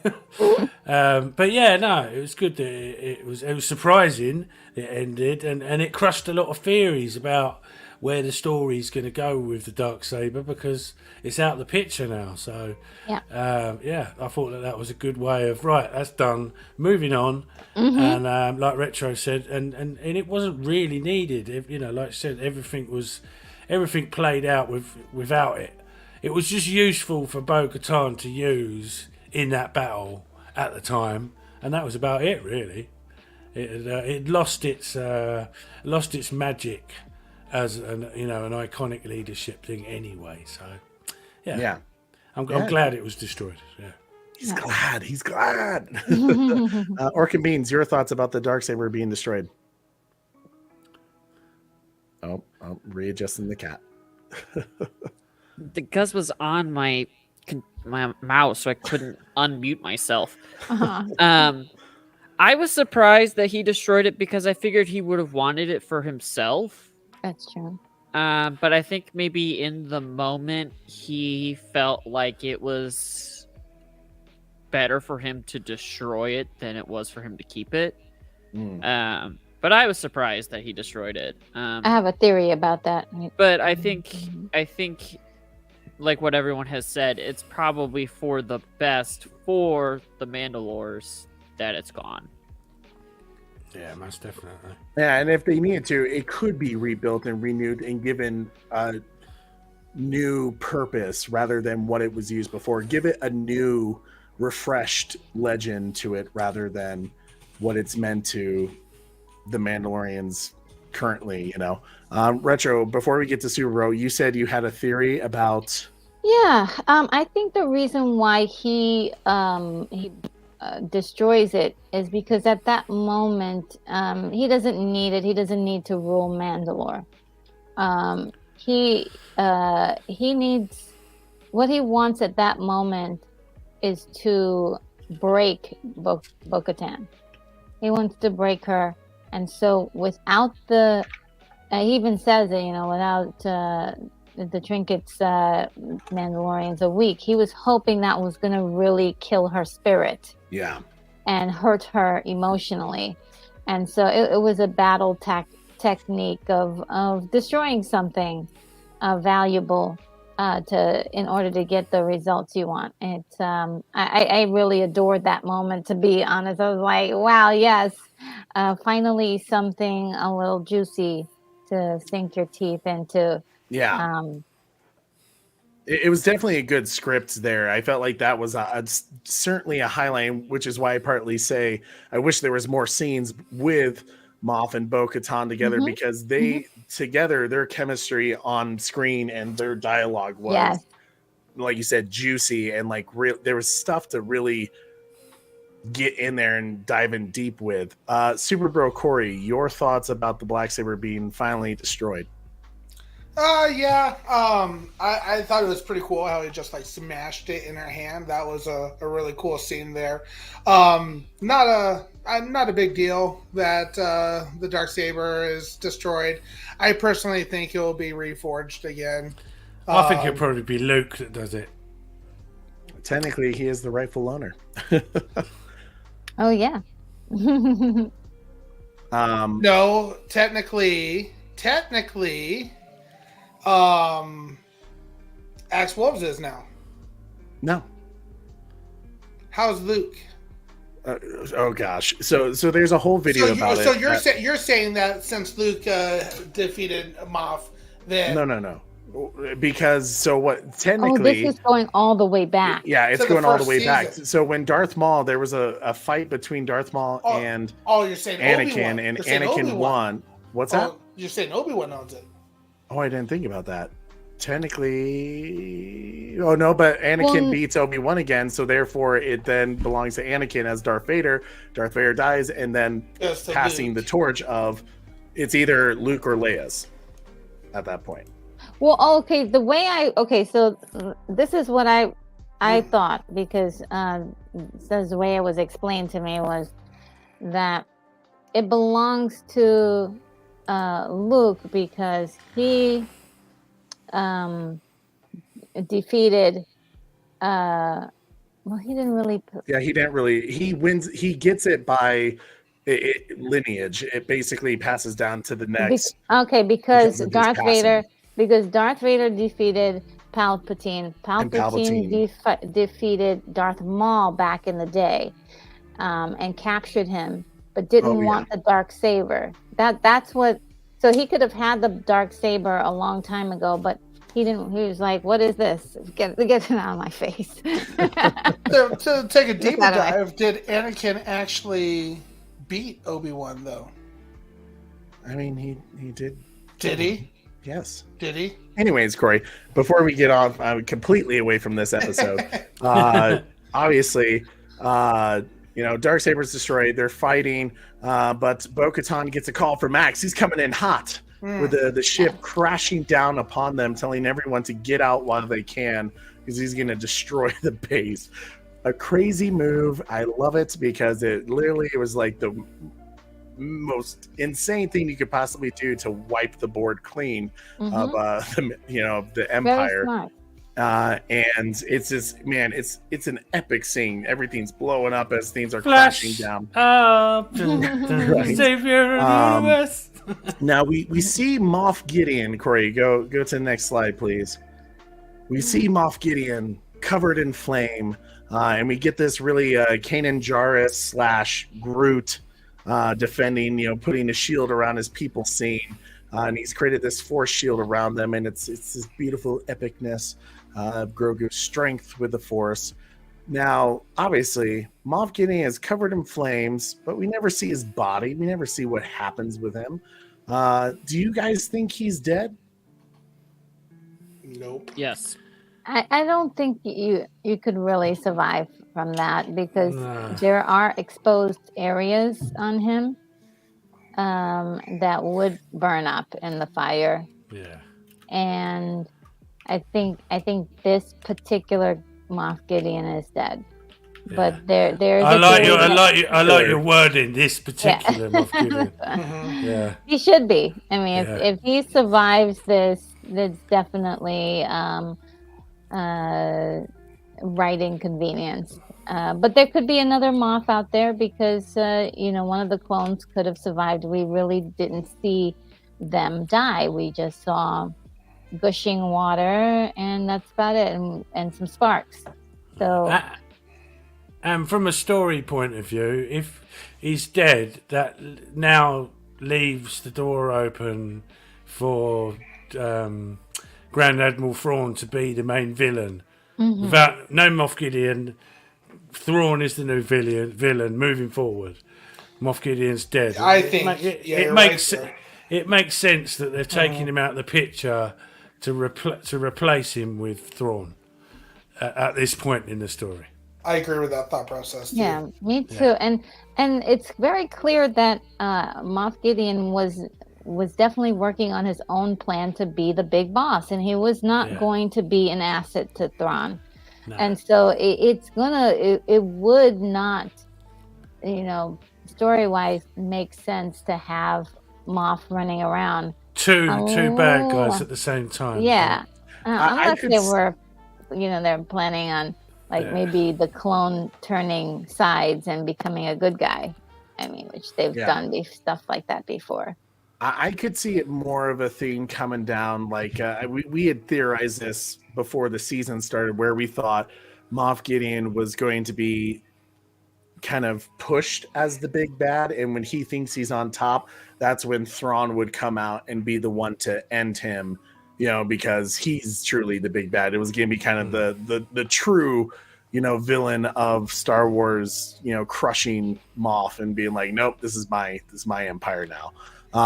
And I think that's still possible. But the only thing I have to say about that is that Moff's plans were so big and obnoxiously bold.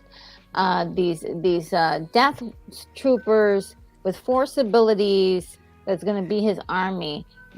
We don't see it in the sequels, and that is a big red flag for the New Republic.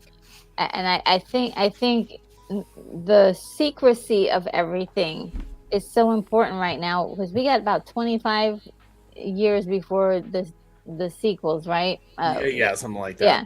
And so I suppose Thrawn will probably disappear before now and then.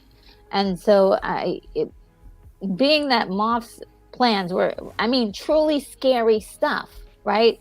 Those clones that he was planning on doing, that is really scary and would really tip the scales against the New Republic or anybody in his way. So I think he had to go because he was too bold in what his plans were entailed. And if he shows up again, it's going to be a big monkey wrench in their storytelling, because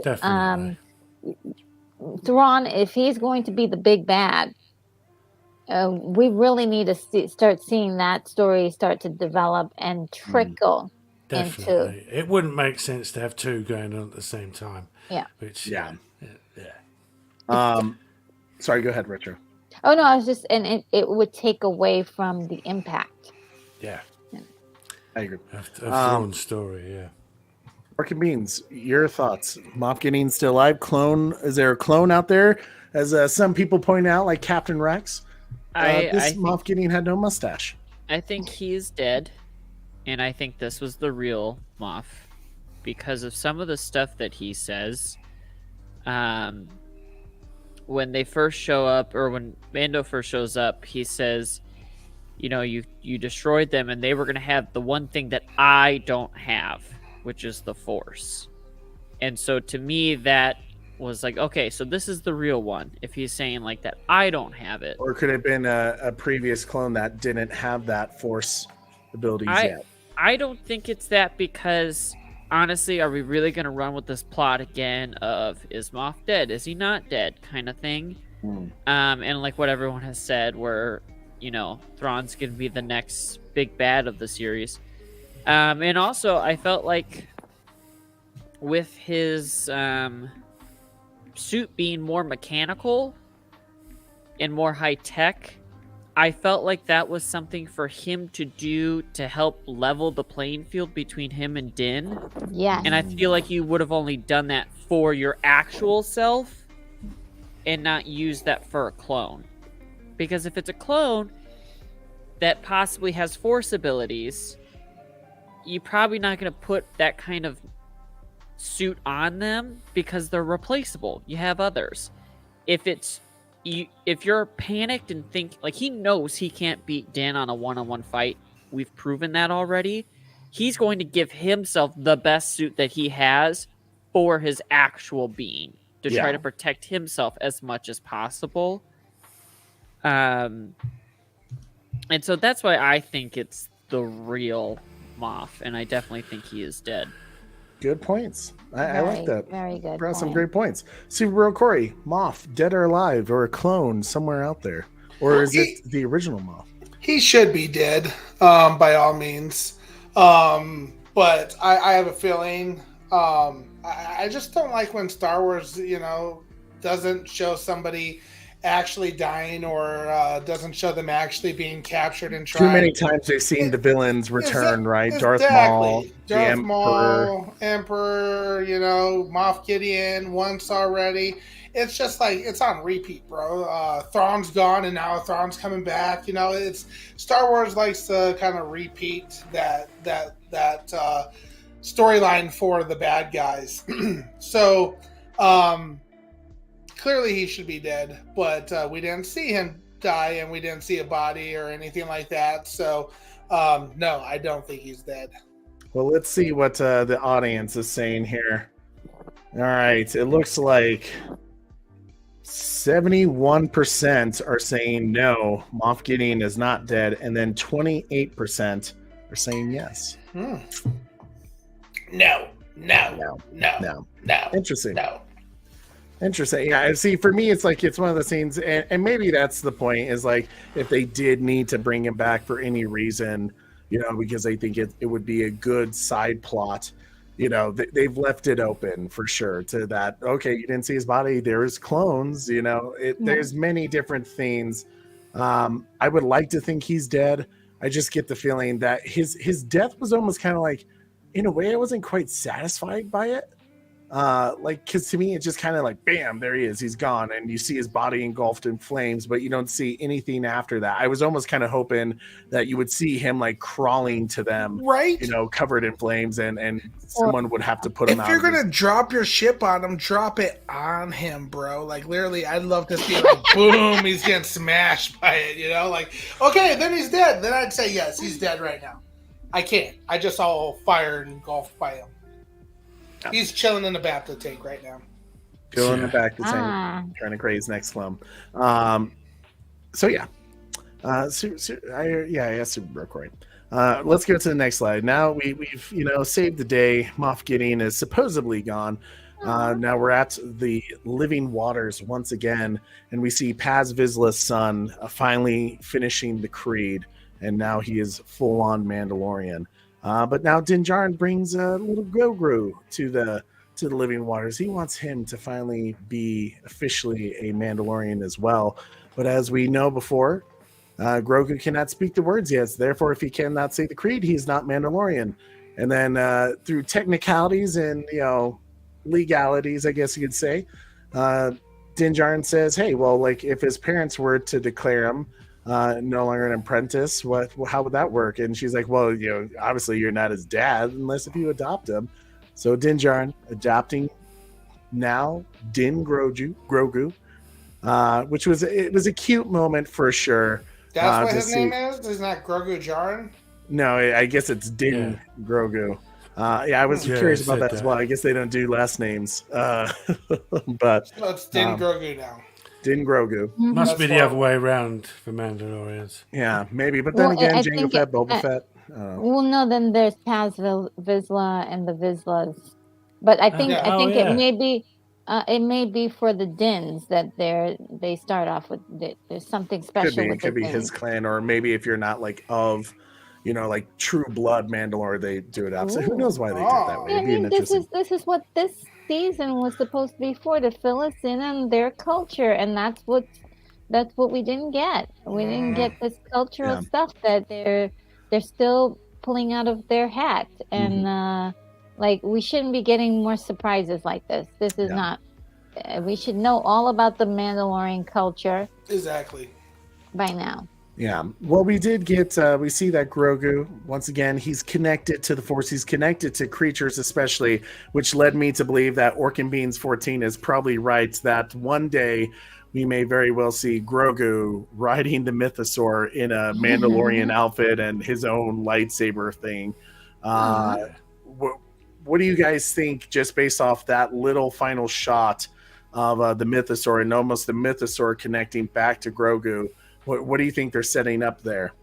Well, I think that this was a powerful scene that I would not have minded, and I really kind of feel artistically would have been kind of a nice place to end this the series, or end the episode.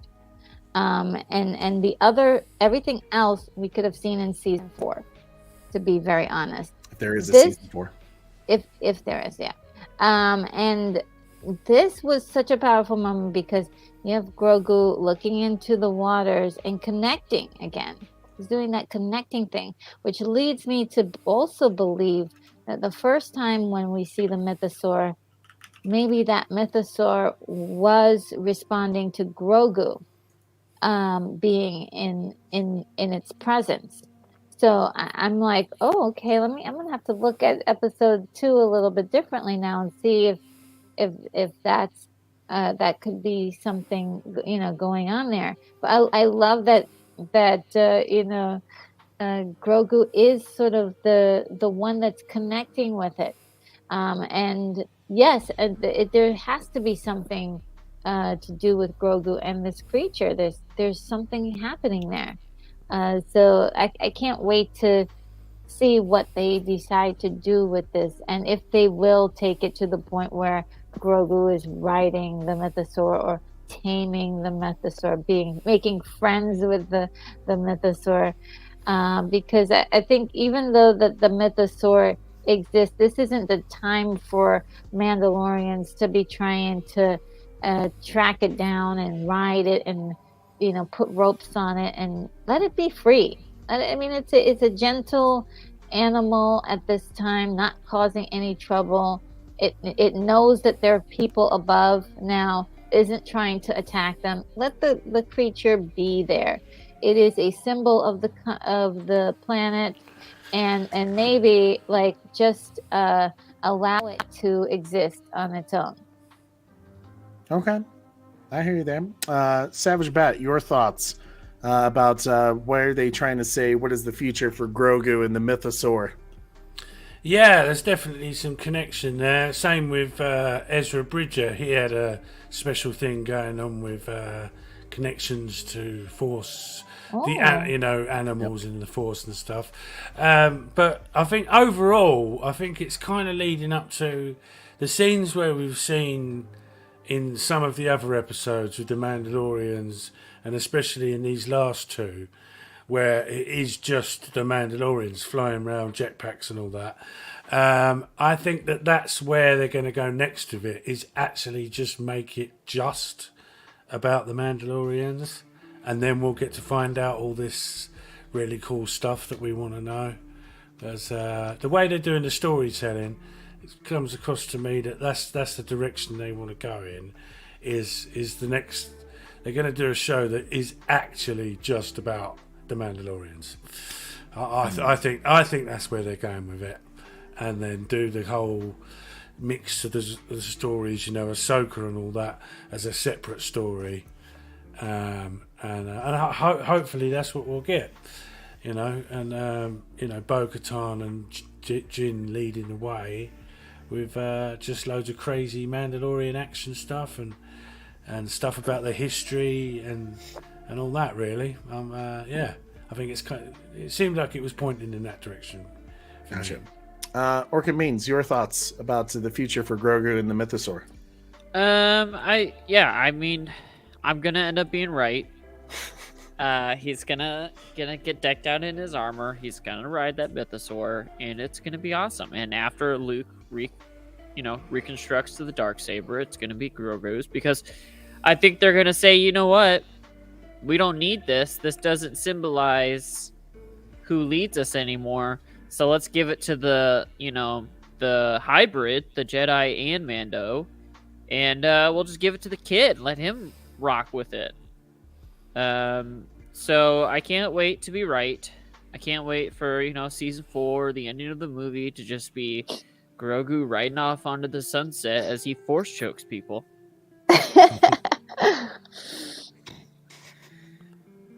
Nicholas. Super Bro Corey, your thoughts? I think my profile pic tells you exactly what's going to happen. Oh my goodness. Darth Din Grogu. That's the future for Grogu right there. Troubled teenager, going to go fall to the dark side. Makes perfect sense to me. The death of Jin will cause it. Right? Absolutely, buddy. He's for sure going to be, totally like imagine that, Anakin losing Padme. Imagine Grogu losing Din. That's exactly what that's going to be like, bro. Exactly. And that's what I'm saying. That's why I am right. He should have been destroyed. That said, I think Grogu riding a Mythosaur, that would be cool. I don't think we're going to get a season 4. Personally, if I would love to see a season 4 of just learning about Mandalorian culture, but is that just us here? Like, will the general audience be able to handle a season of just Mandalorians doing Mandalorian things? I would love it. I have a theory about that. But I don't know if that's what they'll actually do. They'll end up pushing it into some type of storyline or something along those lines where we miss out on the culture again, and it fades away. But if Cody's right about the Mythosaur being written by a Sith Darth Din Grogu, that'd be super sweet. Maybe. We'll see.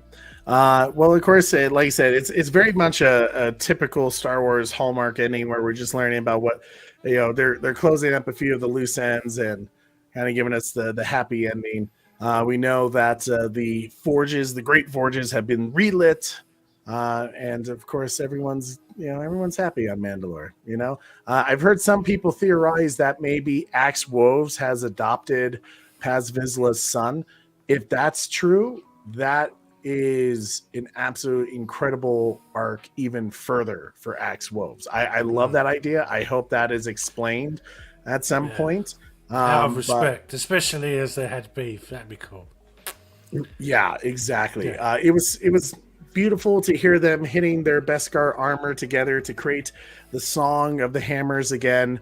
in the Great Forge. It's just all around a great moment when you get that for Mandalore scene, just to see them all together finally again, the different factions, the ones that hold the creed, the Children of the Watch, and just the typical Mandalorians like Bo-Katan. It was just a very nice, sweet scene. And then we get kind of an interesting sequence. We kind of get to what people were kind of upset with this last season. They felt, a lot of people said, he doesn't feel like a bounty hunter anymore. He's just off, doing this other mission kind of thing. And yet here they kind of end it where he's going to be a bounty hunter again. He goes to Captain Teva and says, hey, if you need jobs, if there's missions that you need me to go on for the leftover Empire, like, send them to me. I'll do it. I'll take the gig. We do see a little cameo once again from Dave Filoni drinking some stuff in his cool hat. And then on Navarro, we learn. Well, actually, I guess, does anyone have anything to say about the whole scene with Captain Teva? No, yeah, it was pretty straightforward. I was just wondering, Dave Filoni's sitting next to someone.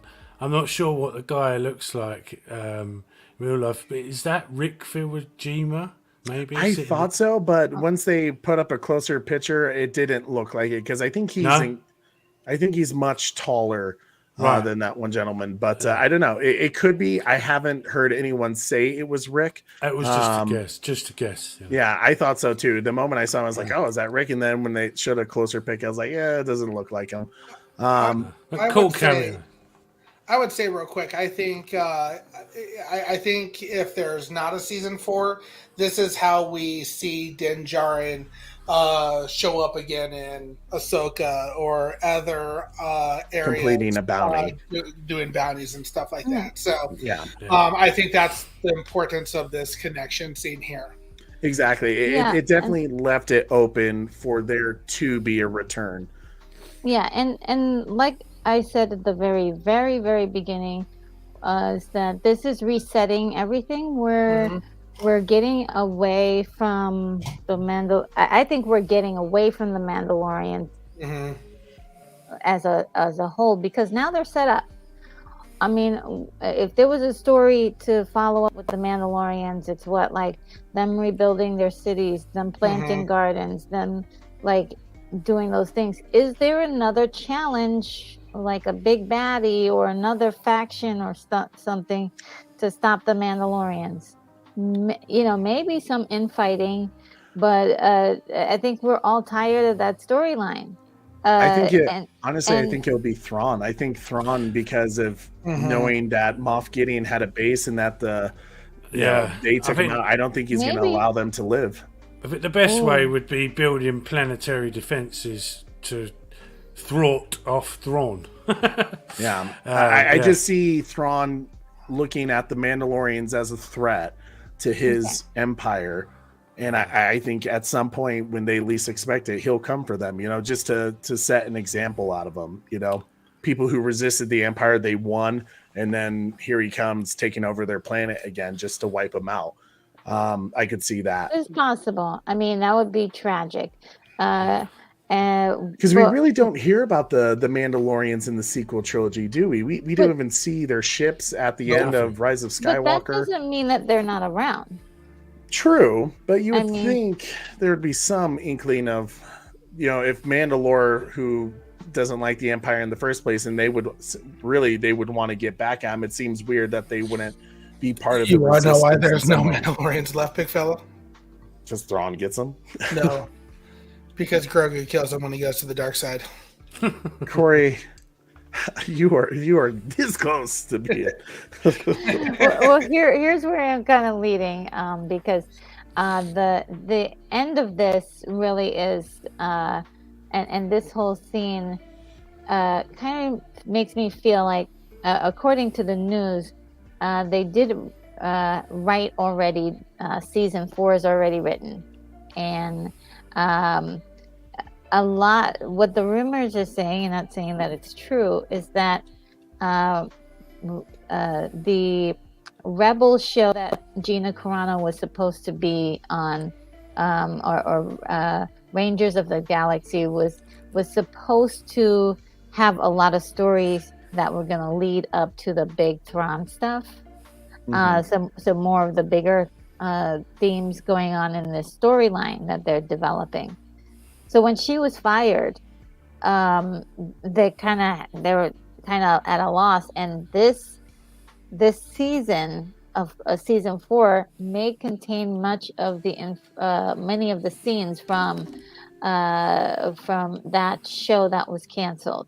And Din being kind of the replacement for Gina's kind of role in this whole thing. So I'm actually curious if that's something that they're going to do. It kind of takes us back to like season 1, really, where he's a bounty hunter doing small gigs here and there, and it kind of trickling into something bigger along the way. And Grogu will be following, be with him during these adventures. So I think it's sort of a reset, in my opinion, of what they can do now. And then every once in a while go back to what's happening on Mandalore to kind of let us know what developments are happening there. Like, not entirely the entire show being about him, but if we do get a season 4, we could see like characters like Zeb show up, and more of these guys kind of be part of the tissue, if you will, or the story plots. And so it will be the Mandalorian, but with all of these other characters. So I'm just kind of thinking like this ending really feels like the end of this chapter, close the book on that. And now we're going into brand new territory that's leading up to that movie. Because they have to, that movie can't happen without another season of The Mandalorian, unless they're going to really stuff Ahsoka with a lot of stuff, and maybe that will be too far. That would push Ahsoka too far. Yeah, I mean, they have a story already going on with Ahsoka. Definitely needs another season to fill that gap in. Yeah, it'll be interesting to see how it goes, because with Dave Filoni really spearheading the new Star Wars film, that's in this Mandalorian time frame, it'll be interesting to see if he has the time to really write and be a part of the Mandalorian, or maybe like Carrie Kelly asked here, did Favreau say he wrote for 5 seasons? I believe he did, but that could have also been misdirection to be like, oh yeah, I have many seasons planned. So, so that way people didn't think, it's kind of like what Robert Kirkman did. Robert Kirkman said that he was going to get to 200 issues of The Walking Dead, and he ended it at what, Corey, like 194? Or something like that, 193. Yeah. Just abruptly. And he's like, I didn't want people to know that this was going to be the last issue. I wanted them to be caught off surprise. I think the fact that they've announced the movie as well is 100% leading up to this Avengers Endgame thing. Yes. Yeah. Where Luke's going to be there, Ahsoka's going to be there, all of the Mandalorians, every character from all of the series, Boba Fett, all of them will all be there for some big, massive mashup thing. I agree. Yeah. I think you're spot on that one. Yeah, I think that's what they're leading up to. Yeah. It's just everyone will be in it. Yeah. And for sure, he did say that he has already written season 4. It's already written. So Yeah. I know that there are not boycotts, but what do they call those things? the SGA or SWA. Are you talking about the writer's strike that's going on right now? Thank you. Yeah. The writer's strike. Right. I told you guys I'm bad with names today.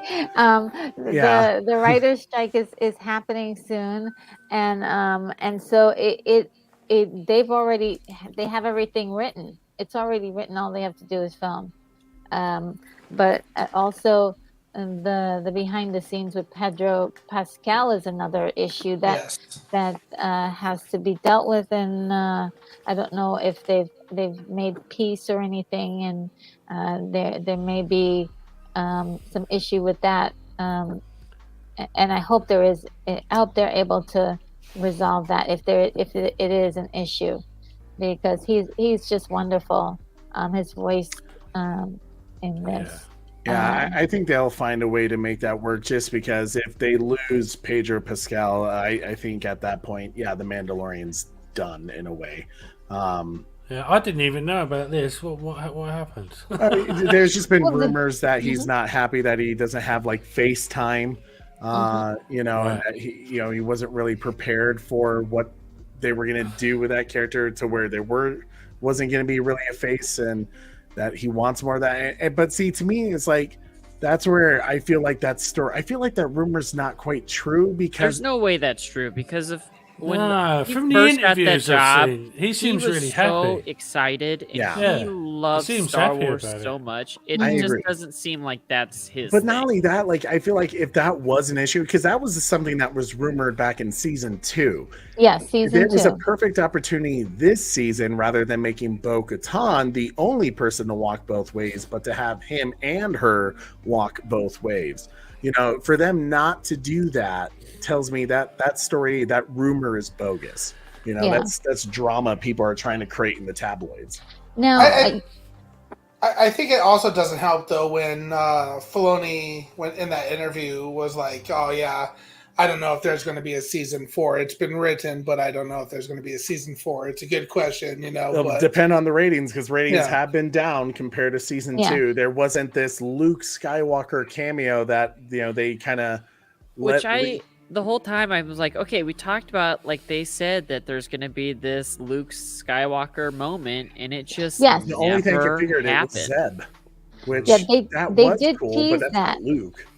Yeah, they did tease that, and a lot of people got excited for absolutely no reason. I mean, there isn't one moment that's like that in this. Black. Oh, I'm just kidding. I don't know. Yeah, it was definitely misleading to say there was a Luke Skywalker level cameo, which makes me think Dave Filoni probably thought Zeb would be that. Which, like I said, don't get me wrong, Zeb, when we all saw him, we were all jumping out of our seats, excited, but general audience people wouldn't have recognized Zeb. You had plenty of general audience people looking at Star Wars fans going, "What? Why are you excited?" And but if you saw Luke Skywalker, then general audience people would even be like, "Oh," To me, I thought it was going to be Samuel Jackson was going to turn up. To be honest with you, I figured if they do bring him back, it'll be Book of Boba. But to continue on with the end of the episode. Grief Karga over on Navarro. He and Din are. He gives him the keys to his cabin, basically, to say, "Hey, between missions, feel free to live in peace." But this time, Din comes bringing gifts. He brings the new Marshal of Navarro, a new and approved and fixed IG-11, which is awesome. That was exciting. Good to see him back and voiced once again by Taika Waititi. And now everything's happy glory, right? And we get this final scene. Life is good in Navarro with Din Djarin and Grogu, kicking back, putting his feet up, and Grogu practicing the Force and gaining stronger and stronger as time goes on until the next mission. And we get a very classic Star Wars ending with a little transition with a circle. And then that's it. Everything's very happy. Everything's good. It's smooth sailing in the world of Mandalore. Guys, as you know, we like to score all of our episodes. What are you going to give this one, Retro Nerd Girl? Well, I'm going to give this one a 9.8. It was wow. Good. Yeah, you I gave gave it it a high much score. higher than I thought you were going to. Yeah, I did have some serious issues with the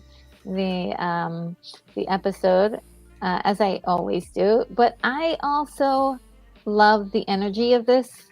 I love the pacing. I love the ending. Love the way that it ends with sort of like a question mark as to. I mean, if they decided that this was it, they weren't going to do any more Mandalorian anything, it would be totally fine. This is a great closure point, but this is also a great place to jump off and do more. There's like thousands of adventures that Din Djarin can have with Grogu, and make it just very much like that first season, where they're just going from mission to mission with like a larger thread going through it.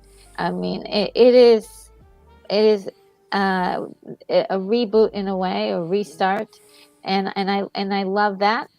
I did prefer the last episode before than more over this one, but it is definitely the style I hoped and wished that the entire season had this kind of impact and action and brilliance. There were just moments of writing genius, and brilliance, and of course the flaws of it is that there were moments of missteps. That's why it didn't get a full 10 for me, but I had so much fun, and I was jumping, I was clapping, I even cried, and it was great. Nice. That's out of curiosity, what scene made you tear up? The adoption scene and a little bit of the last scene. I just think that Din and Grogu are fated souls that are just meant to be together. And I think back of how they met, and the one scene where Grogu is in the pram, and Din Djarin is reaching down to touch him, and they finally do, like their hands touch. It's just so beautiful that now they are father and son, and Grogu has a family. He has a people to belong to, and now he is a Mandalorian. He's becoming to his own. I adore that part, especially that the character development and connection between Din and Grogu. Okay. Oh, actually, it's Din Djarin now and Din Grogu. Din Grogu. Yep, sorry, that's gonna take a while. Savage Bat, your score, sir. I'm gonna have to go with a 9.6, just to leave a little bit of breathing room for like a Luke Skywalker moment in a future episode. But absolutely loved it, and the same as what Retro was saying. It was very emotional at the end, but the last episode and the episode before, as a double pack, was just perfection for me. That's I know we've got to have the slow moments and explaining the story and that, but it was just nice, just a full blown Star Wars, and because at the end of the day, it's a war. It's just in the stars. Do you know what I mean? and that's exactly what we got. Yes. Fucking Bean 14. What's up? Yeah, I'm going to kind of go with a little bit kind of like what Savage said and kind of just give it a little breathing room. I'm going to go with a 9.5. I really enjoyed this episode. I honestly enjoyed the season. I don't think it was, a masterpiece by any means, but I thought it was a fun time. I enjoyed my time. I enjoyed watching the entire season. And I am looking forward to seeing if, we get either a Darth Grogu, or if I'm right, which I probably am. And so I'm excited for the future of Star Wars and The Mandalorian. Nice. You guys are all giving scores much higher than I was expecting. Super Bro Corey. Yeah, man. So I'm going to rate this without thinking or being told that we are going to have some big Luke Skywalker moment in this series. Cameo level events. Yes. I don't want people who are rewatching this to be like, he never said Luke Skywalker was going to be in this. We know that. Yeah. But they did say a cameo of that level was going to be in this season. And clearly, it had to be somebody big. It had to be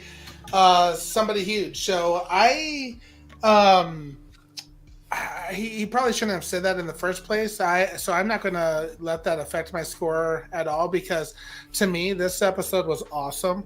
It was a lot of cool flying around, Mandalorians doing their things. This is what I imagine as being probably one of the coolest live action Clone Wars episode, where they're flying around and doing their thing, doing what Mandalorians do. So I actually loved that portion of it all. I think they probably should have had this episode and the last episode be just one big long episode. I would have loved to have seen it all together. It felt like that. Mm-hmm. I think I gave the last episode a 9.8, and I'm going to give this one a 9.8 as well, because of just equal, the equalness of it all. I didn't miss not having a big cameo. I liked seeing the Mandalorians do their thing. Were there issues in this season? Absolutely, but this was a treasured episode. When we look back at it, these last two episodes are going to be top for the season. So I'm rating these two high. It was a lot of fun to watch. It was fun watching the Mandalorians team up and all work together, and it was great seeing Grogu gain some independence and be able to hold his own in certain spots. So 9.8 for me. 9.8? Yeah. You guys are making me feel like, oh God. For me, and like I said, I think I said this earlier, where I was like, I'm trying really hard not to like bring in my own like personal, like all the ideas that I had of where they could have gone with a show. Well, real quick, Trey.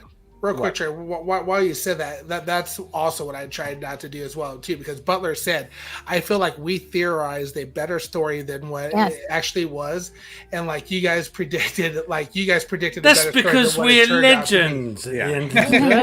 Right. Hey, well, that means that's nice of you, Butler. Yeah. So I'm trying not to take that into account, because one thing is like those are my own theories, right? Those are my own expectations, and if they don't happen, that's my own damn fault. It's not the story's fault, I will say though, they did play with us a little bit. Like they did a lot of misdirection that I'm not sure if that was the smartest thing to do, because they clearly, the fact that the general audience was all expecting some type of betrayal or like traitor moment, and nothing kind of happened, was kind of like this. It's really too easy, like everything was like it worked out too perfectly, which was like, it made me start to wonder like, oh my God, this actually could be the last season, because it's ending on such a way where they're not really leaving anything to be like, there's something else out there other than Ahsoka might be the show that does that. Ahsoka might leave us all on a cliffhanger that says, oh my God, Thrawn is back and he's taking over, maybe it's wiping out the Mandalorians. I don't know. So removing all of my expectations and my theories, I did really like this episode. I thought it was fun, fast paced. It was, it ended in such a way where I felt good inside. What? Captain Rex here. Oh, it was Filoni. That was our cameo. That was a big reveal. God, that would be hilarious if he comes out and says that. Filoni Skywalker.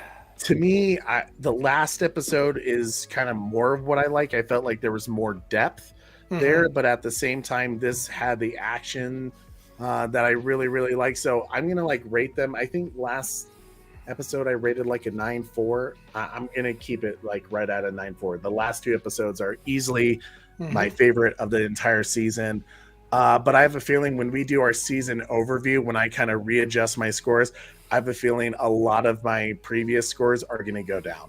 Yeah. Me too. Little purpose. So yeah, that's I think 9.4. I think I'm going to keep it tied with the last episode. I thought that was brilliant.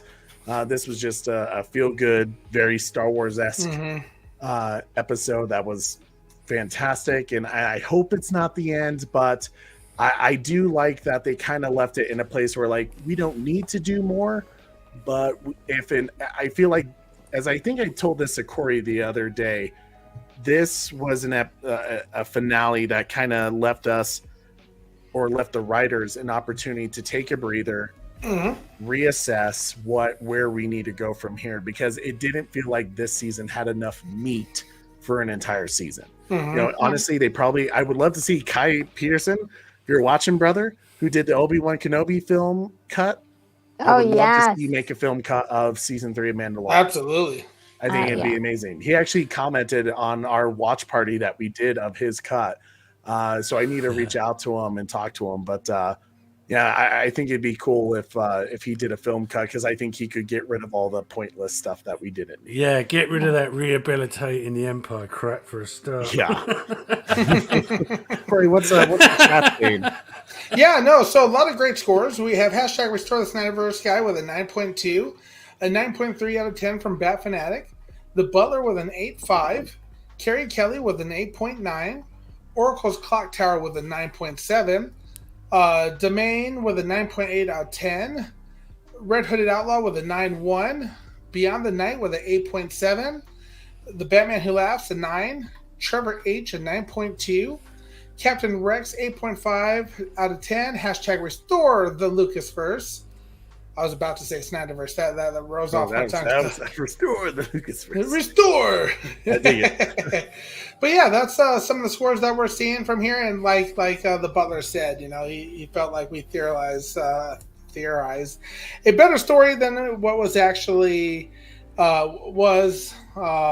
We had some pretty cool predictions, some cool ideas. So yeah, man. Yeah. Thank you, Orko. I appreciate that. Yeah, man. Overall, a good way to end the season.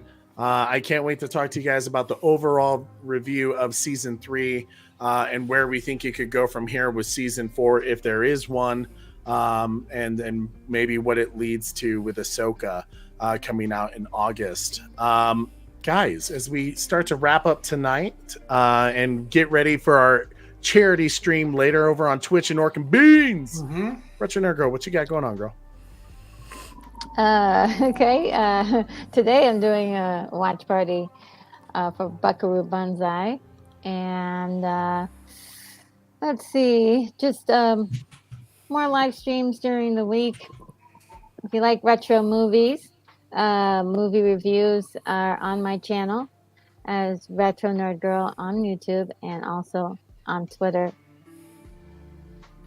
Very, very cool. Nice. Well, guys, you know what to do. Make sure you hang out with Retro Nerd Girl on our watch parties. She's doing the cartoon shows of our childhood. Have been a wonderful series that you're doing. You've showed a few that I was like, oh my god, like it was even before my time, but I found ways to watch it on like Boomerang or Cartoon Network. Oh yeah, some great shows back in the day. Or Savage Bat, what you got going on, good sir? Well, I'm having a little bit of a gap because Zack Snyder's got his big event next weekend, and I didn't really see much point doing a stream while all that's going on. I thought I'd take it in, all what's happening, and then I'm going to do an episode a week after that. Retro Nerd Girl will be joining me and Zod. And then after that, we'll be joined by Skywalker the Jedi to talk about his AFSP t-shirt campaign and promote that and try and get people to buy as many as possible. And that's about it for the foreseeable future. But yeah, obviously looking forward to Zack Snyder's event next weekend. That's going to be great. So lots of stuff to look forward to. But yeah. Nice, dude. Yeah, a lot going on next weekend for us. We're gonna be definitely busy bees for sure. That's why I thought I'd take a step back and just thought I'd just enjoy it. Yeah, and that is so important. That I will say, if there's one thing of YouTube, while I love deep diving and theorizing with you guys, sometimes it's good, which is usually why I watch Mandalorian twice. I watch the first time as a fan, the second time as someone who's analyzing and trying to figure out the meaning behind the scenes and breaking it down like we do here. But yeah, I hear you there, brother. Orc and Beans, we know what you're doing later. Yes. I'm over on Twitch doing my thing there. That's where our charity stream will be hosted. It's gonna be all of Delta Squad, and I'm already in the works of adding a few others. So it should be a really, really fun night. We're doing it for a great cause. I'm kind of new to the community, and seeing some of the stuff that you guys have been able to do has been really awesome, and it's what inspired me to do this and set this up with Delta Squad. So I really, really look forward to doing that. We're hoping to get started maybe in a half hour or so after this gets done, because it takes us a little bit of time to get together and set up and everything like that. So we'll definitely send out some tweets when we're about to go live. So I look forward to seeing everybody there. And don't forget, guys, our goal is to raise $300 for the American Foundation for Suicide Prevention. For every $100 raised, Orkin Beans 14 will be randomly selecting people in the chat to receive a one-time only AFSP Orkin Beans 14 t-shirt. That is so cool. I can't tell you guys, man. Like that just gets me hyped just thinking about like who are we gonna pick, and not only that, to like raise money for such a great cause. And to just spend time with your friends playing Battlefront 2, Star Wars, celebrating. I have kind of a fun way that I think we're gonna go about selecting the random person in chat. So definitely, even if you can't donate, please come by, stop by, say hello, talk to us, watch the craziness. You'll be able to watch my gameplay, but you'll be able to see Corey and Trey's face as well. You'll get to hear the lovely voice of the Savage. So I'm really excited, and I would love it if you guys could just come on by and stop by and maybe send out a tweet letting people know what we're doing. Yes, please spread the word about it. We want as much people in the chat, as Orkin Beans mentioned, whether you can donate or whether you just want to hang out with us and have a good time. Or if you want to actually play with us. Corey, put up our gamer tags. Guys, if you have an Xbox, or I think Battlefront 2 is still only Xbox only. Yeah. It's not cross. Get it together, Battlefront. So if you're playing Xbox, send us an invite now. Let us know you're from the Bat Channel, or just say Delta Squad. You can send me an invite at Titans space Valor 12 or to Big EC 72. Send us an invite, friend request. We'll make sure we accept you, and then right before we go live with all of our gaming, we'll send you guys another invite so that you can join our game party and stuff like that. So we're just gonna go really for quite a few hours, and probably until we die, Yeah, probably until we die. Drained of life. Need some Bacta, after this. Well, guys, I'm out.